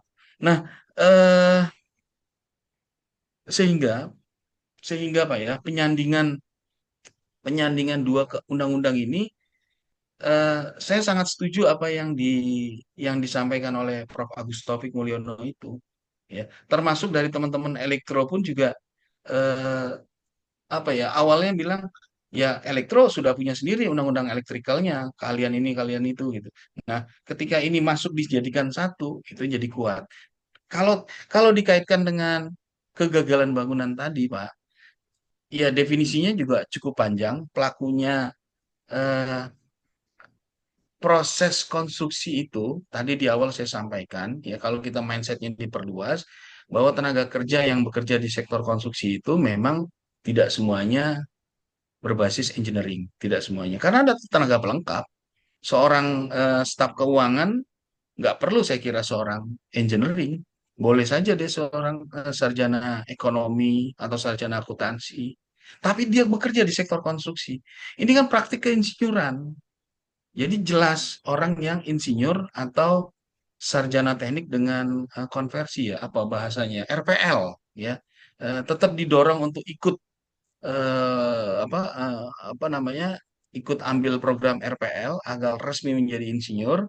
Setelah resmi menjadi insinyur di ambillah SIP atau SKPI Sertifikat Kompetensi Profesional Insinyur ya kemudian diregisterkanlah di STRI sah menjadi seorang insinyur. Sementara kalau di sektor konstruksi, ya sarjana teknik dengan sekian pengalaman bisa ambil mulai dari jenjang 6 tanpa pengalaman, jenjang 7, jenjang 8 dan jenjang 9. Kita yang di jasa konstruksi itu menganut ke KKNI, ada kesetaraan di sana. Regulasinya jelas kok. Saya kira di forum ini nggak perlu mendebatkan regulasi, ya. Tapi saya menyampaikan bahwa jenjang 6 oleh seorang D4 atau S1 itu nggak perlu diminta pengalaman. Tapi ketika dia mau ngambil jenjang 7 ahli muda, diminta pengalaman minimal 2 tahun. Dan seterusnya, seorang yang lulusan S2 asal dia linier, ya, misalnya nih, mohon maaf Bu Anissa, S1 S2-nya linier ya Bu, Ibu ya? Iya, Pak. Betul ya Bu ya? Iya. Ibu Iya. sudah punya SKK? Sudah, Pak. Oh, sudah punya ya. Itu bisa ambil di jenjang 8 tanpa diminta pengalaman karena sudah ada kesesuaian tadi level KKNI-nya. Pak Amsori ini apalagi nih ya, PhD. Ambil jenjang 9 ahli utama itu sudah ada kesetaraan tidak diminta pengalaman. Regulasinya seperti itu, regulasinya. Mau bahas regulasi, ya mungkin ada forum tersendiri. Mungkin Pak Untung nanti bisa menginisiasi nanti kapan Oke, terima kasih. bahas masalah seperti ini. Kurang lebih gitu ya, Pak Kusriyadi. Mudah-mudahan sedikit mencerahkan ya pendapat saya dan jawaban saya. Saya Oke, kembalikan ke terima kasih. moderator. Terima kasih Pak Idi menjawab pertanyaan dari Pak Kusriyadi. Kemudian kalau untuk pertanyaan secara langsung, mungkin terakhir boleh Pak Nurman Jamal, singkat saja Pak.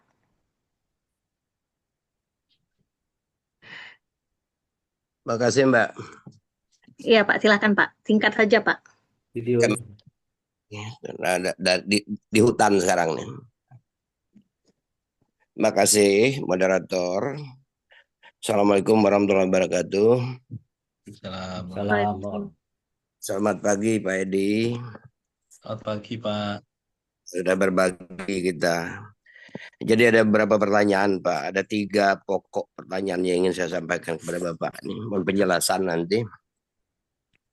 1 tentang WHO dan FHO.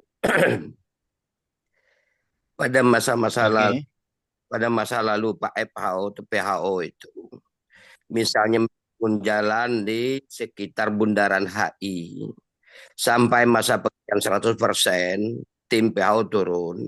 Ternyata ada drainase ada yang belum siap. Itu merupakan catatan. Tim WHO-nya turun secara fisik Pak melihat di lapangan.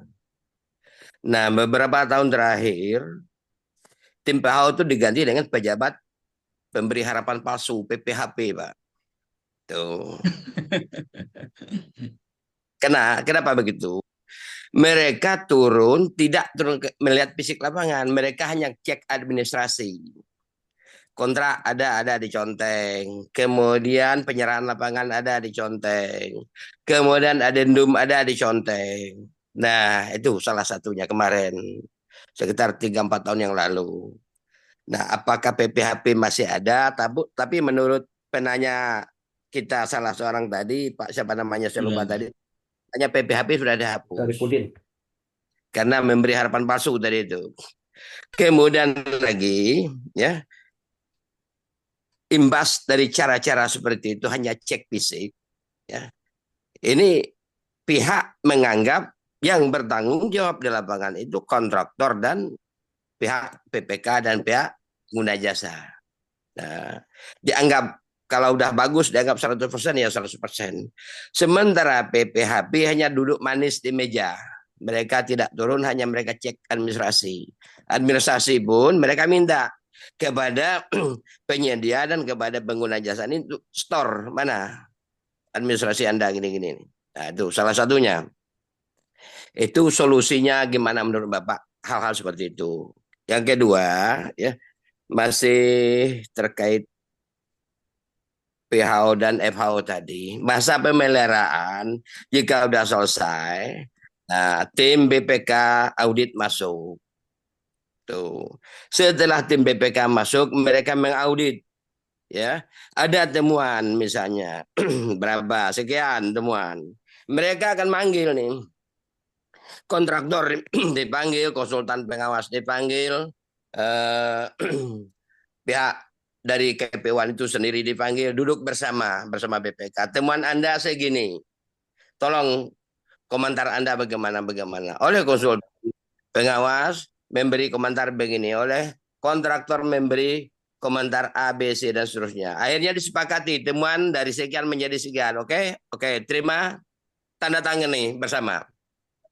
Kemudian ditindaklanjuti. Itu kalau BPK. Nah, setelah temuan harus lunas sebelum 60 hari kerja, sebelum 2 bulan. Itu ada aturan tersendiri. Nah, kemudian pertanyaannya, jika temuan BPK sebagai lembaga tertinggi pemeriksa keuangan di negara ini, APBN maupun APBD, sudah menentukan keputusan A, temuan sekian sudah dilunasi oleh kontraktor sebelum 60 hari kerja, artinya temuan tidak ada lagi, Pak. 0, kerugian negara 0. Namun 4 tahun kemudian, tim lain masuk, mengaudit kembali, bukan BPK, bukan BPKP, bukan inspektorat, tetapi akuntan publik milik pribadi mengaudit proyek yang bersangkutan. Ternyata membuat temuan lagi oleh pihak aparat hukum, ditindaklanjuti temuan akuntan publik itu tadi. Bukan dari temuan BPK, bukan. BPK sudah lunas 100%. Bahkan 1000% tidak ada temuan lagi.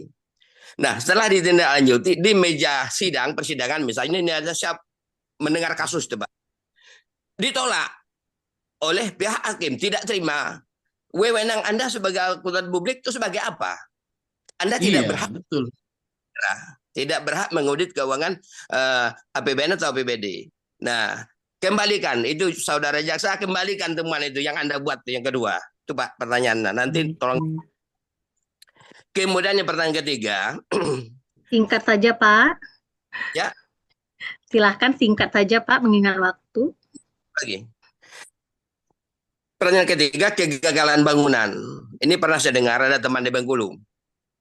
Saat pekerjaan selesai, diaudit oleh BPK, ternyata dianggap total loss.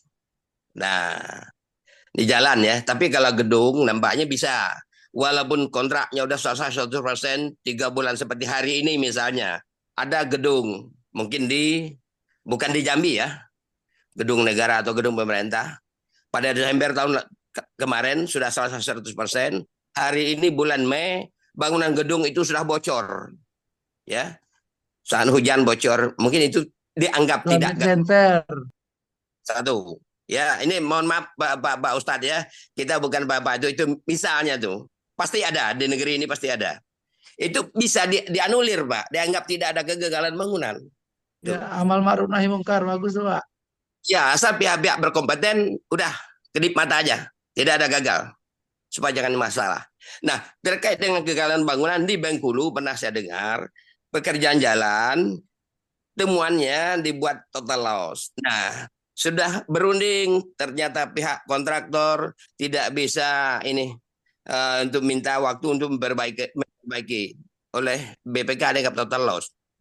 Maka pihak kontraktor berkesimpulan, oke Bapak, mulai besok saya bawa alat berat saya masuk, semua material saya yang ada sudah terpasang di jalan akan saya bongkar sama sekali. Saya siap menanggung risiko apapun. Semua material pasti saya bongkar, tidak ada alasan lain. Dengan cara demikian, pihak tertentu tadi yang merupakan pesanan, titipan, ya, mereka ngepek. Kalau begini tidak bisa nitip nih pesannya. Berunding kembali. Akhirnya udah tidak gagal bangunan. Kalau tidak begitu, tidak jeli kontraktornya, maka gagal bangunan. Kontraktor sudah jadi target. Itu kira-kira. Mohon penjelasan Pak. Iya Pak. Udah Pak. Langsung hilang. Ya, gini Pak. Memang kalau cerita dari objek bangunan Pak ya, kalau bicara jalan memang agak repot ya, karena jalan itu kan volumenya memanjang, gitu. Memanjang. Eh, Satu bagian rusak saja seakan-akan semua jalan gitu ya. Beda kalau gedung kan dia vertikal, jembatan ya ya sekeliling itu gitu ya. Kalau jalan agak repot. Cuma balik lagi kepada regulasi dan definisi, Pak. Definisi itu kan secara definisi ada keruntuhan full atau keruntuhan sebagian. Terus kemudian fungsi layanan terganggu, tidak mudah akses kemudahan layanan itu berkurang. Itu disebut kegagalan bangunan. Tapi secara regulasi, betul-betul dibilang kegagalan bangunan itu adalah ketika ada indikasi kegagalan bangunan, yang Bapak sampaikan itu baru indikasi, Pak. Terus kemudian dilaporkan ke PU, ke Kementerian PU melalui LPJK. Kita lakukan verifikasi, validasi untuk memastikan, oh iya, ini kategori kegagalan bangunan. Terus kemudian gimana? Kalau oke, tindak lanjut untuk asesmen, untuk penilaian terhadap kegagalan bangunan. Apa yang kita lakukan? Kita mencari penyebabnya, penyebab kenapa terjadi kegagalan bangunan. Terus yang kemudian kedua, siapa yang bertanggung jawab? Yang ketiga, berapa nilai ruginya? Belum tentu kontraktor, Pak, belum tentu. Kontraktor bisa saja sudah melaksanakan dengan baik, tapi ternyata perencanaan awalnya yang nggak bagus. Bisa. Atau bisa juga karena kejadian bencana alam. Bisa. Kita mencari penyebabnya kok. Kenapa? Kenapa terjadi kegagalan bangunan? Gitu, Pak. Nggak harus kontraktor, Pak. Itu yang nomor 3, Pak ya. Terus kemudian yang Pak Nurman Jamal yang pertama ya, saya balik ke pertama, PHO, FHO, PPHP yang tadi sudah diganti PPK ya. Ya intinya kan gini Pak, pemerintah itu punya kepentingan untuk menjamin program mereka itu bisa berjalan dengan baik ya. Dan kemudian dimunculkanlah PPK untuk mengawal lah semua proyek yang dilakukan. Nah, semua stakeholder yang terlibat, perencana, pelaksana, pengawas, PPK, ini masing-masing saya kira punya tusi masing-masing ya, punya kepentingan masing-masing, walaupun dengan ciri yang berbeda ya. Kontraktor identik dengan gimana cara ngerjain cepat, untungnya banyak kan gitu. Bukan Pak untungnya Asril ini, untungnya banyak. Gitu. Ya masing-masing punya seperti itu lah, punya punya apa namanya ciri khas masing-masing. Tentu ada checking secara berkala, masa pemeliharaan pun juga itu masih punya kewajiban dari penyedia jasa untuk melakukan, untuk mengawal, eh, intinya bangunan ini handal, berkualitas, dan bisa siap siap untuk dipakai.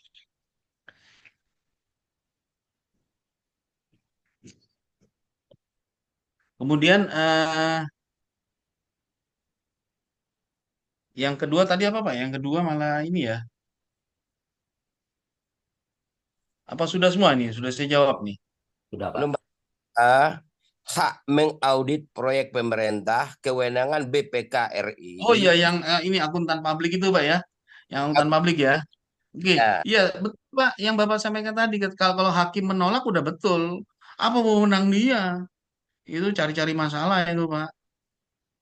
Nggak ada wewenangnya Pak. Nah, kalau Auditor gitu. semacam titipan, dicari-cari kesalahannya begitu.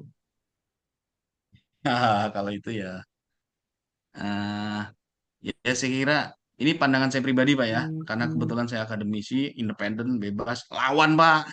Gitu Pak, lawan. Nah, Iya, dia harus kalau Bapak memang sudah membuat merasa dengan melakukan pekerjaan wewenang dengan ya. sebaik-baiknya ya, kalau sudah oke, sudah sesuai dengan prosedur, sudah sesuai dengan KAK, mutu sudah oke, ada katakanlah ada sebuah kekurangan terus sudah disepakati oleh apa tim temuan dan sudah diperbaiki.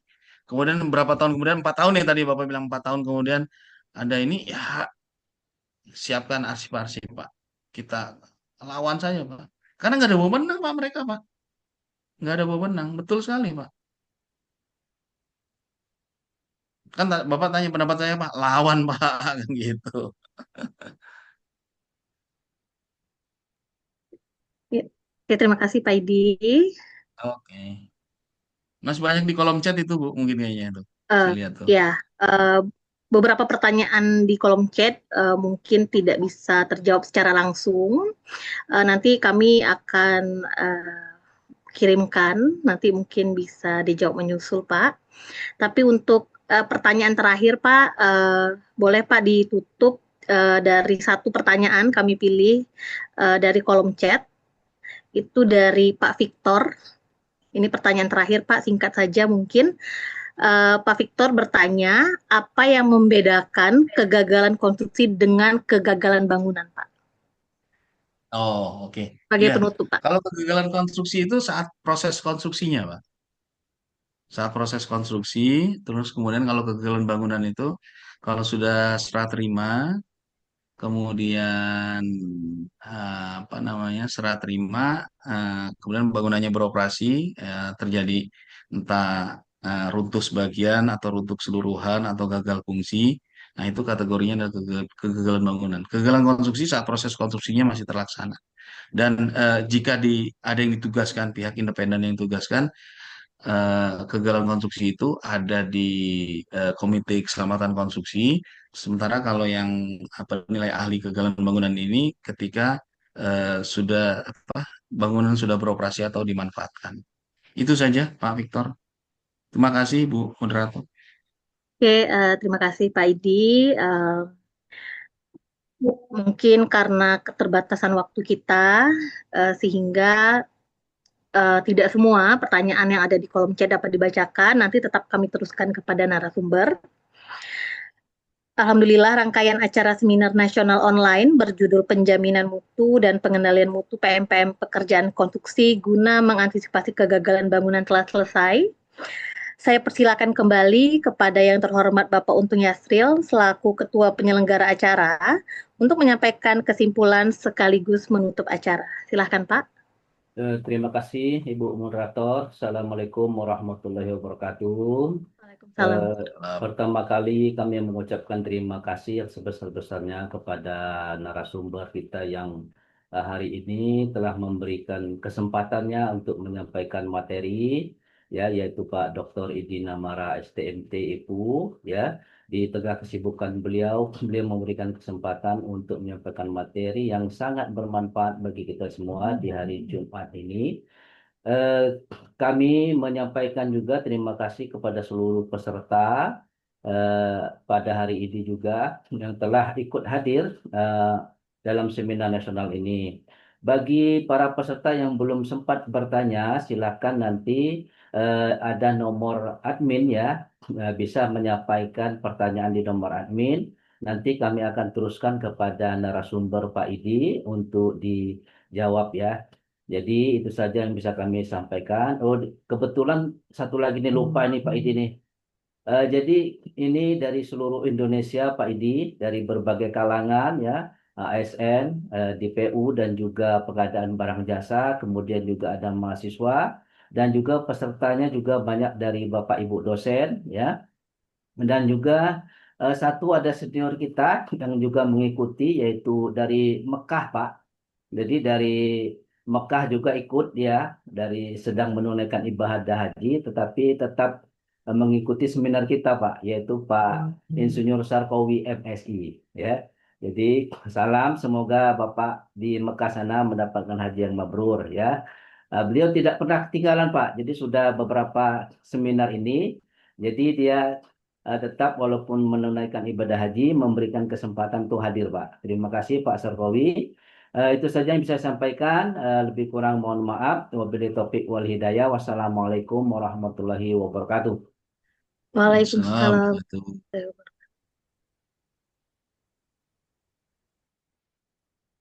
Izin live Pak, mau Jumatan. Terima kasih Pak. Terima kasih Pak Idi. Terima kasih Pak Untung, Bapak Ibu peserta.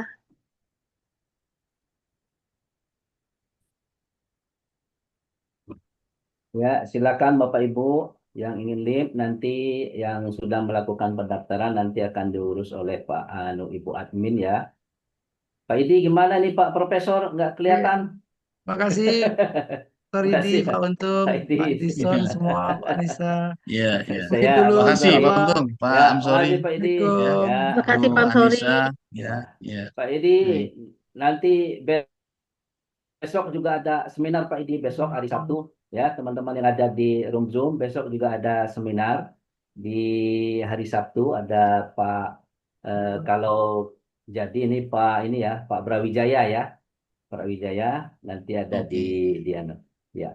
Silakan bagi yang peserta yang mau ikut, silakan nanti besok juga di waktu jam 10 ya. Link Zoom-nya juga seperti ini. Jadi link Zoom-nya silakan Bapak Ibu gratis ya untuk masuk ya. Tetapi kalau untuk apa PKB dan share materi tentu harus ada kontribusinya ya untuk keberlanjutan dari program kita. Terima kasih. Wabillahi taufiq wasalam. Wabillahi taufiq wal hidayah. Wassalamualaikum warahmatullahi wabarakatuh. Waalaikumsalam. Ya, Waalaikumsalam makasih Pak Untung, warahmatullahi izin live ya, Terima kasih, Ibu Pak Edi. moderator, Ya, makasih. Terima Ya, kasih Terima kasih panitia, Bu Pak. Admin, narasumber. Ya, Sebanyak Terima kasih ya. Bapak Ibu sama, peserta. makasih. terima kasih. Izin live, izin. Ya. Silakan Pak.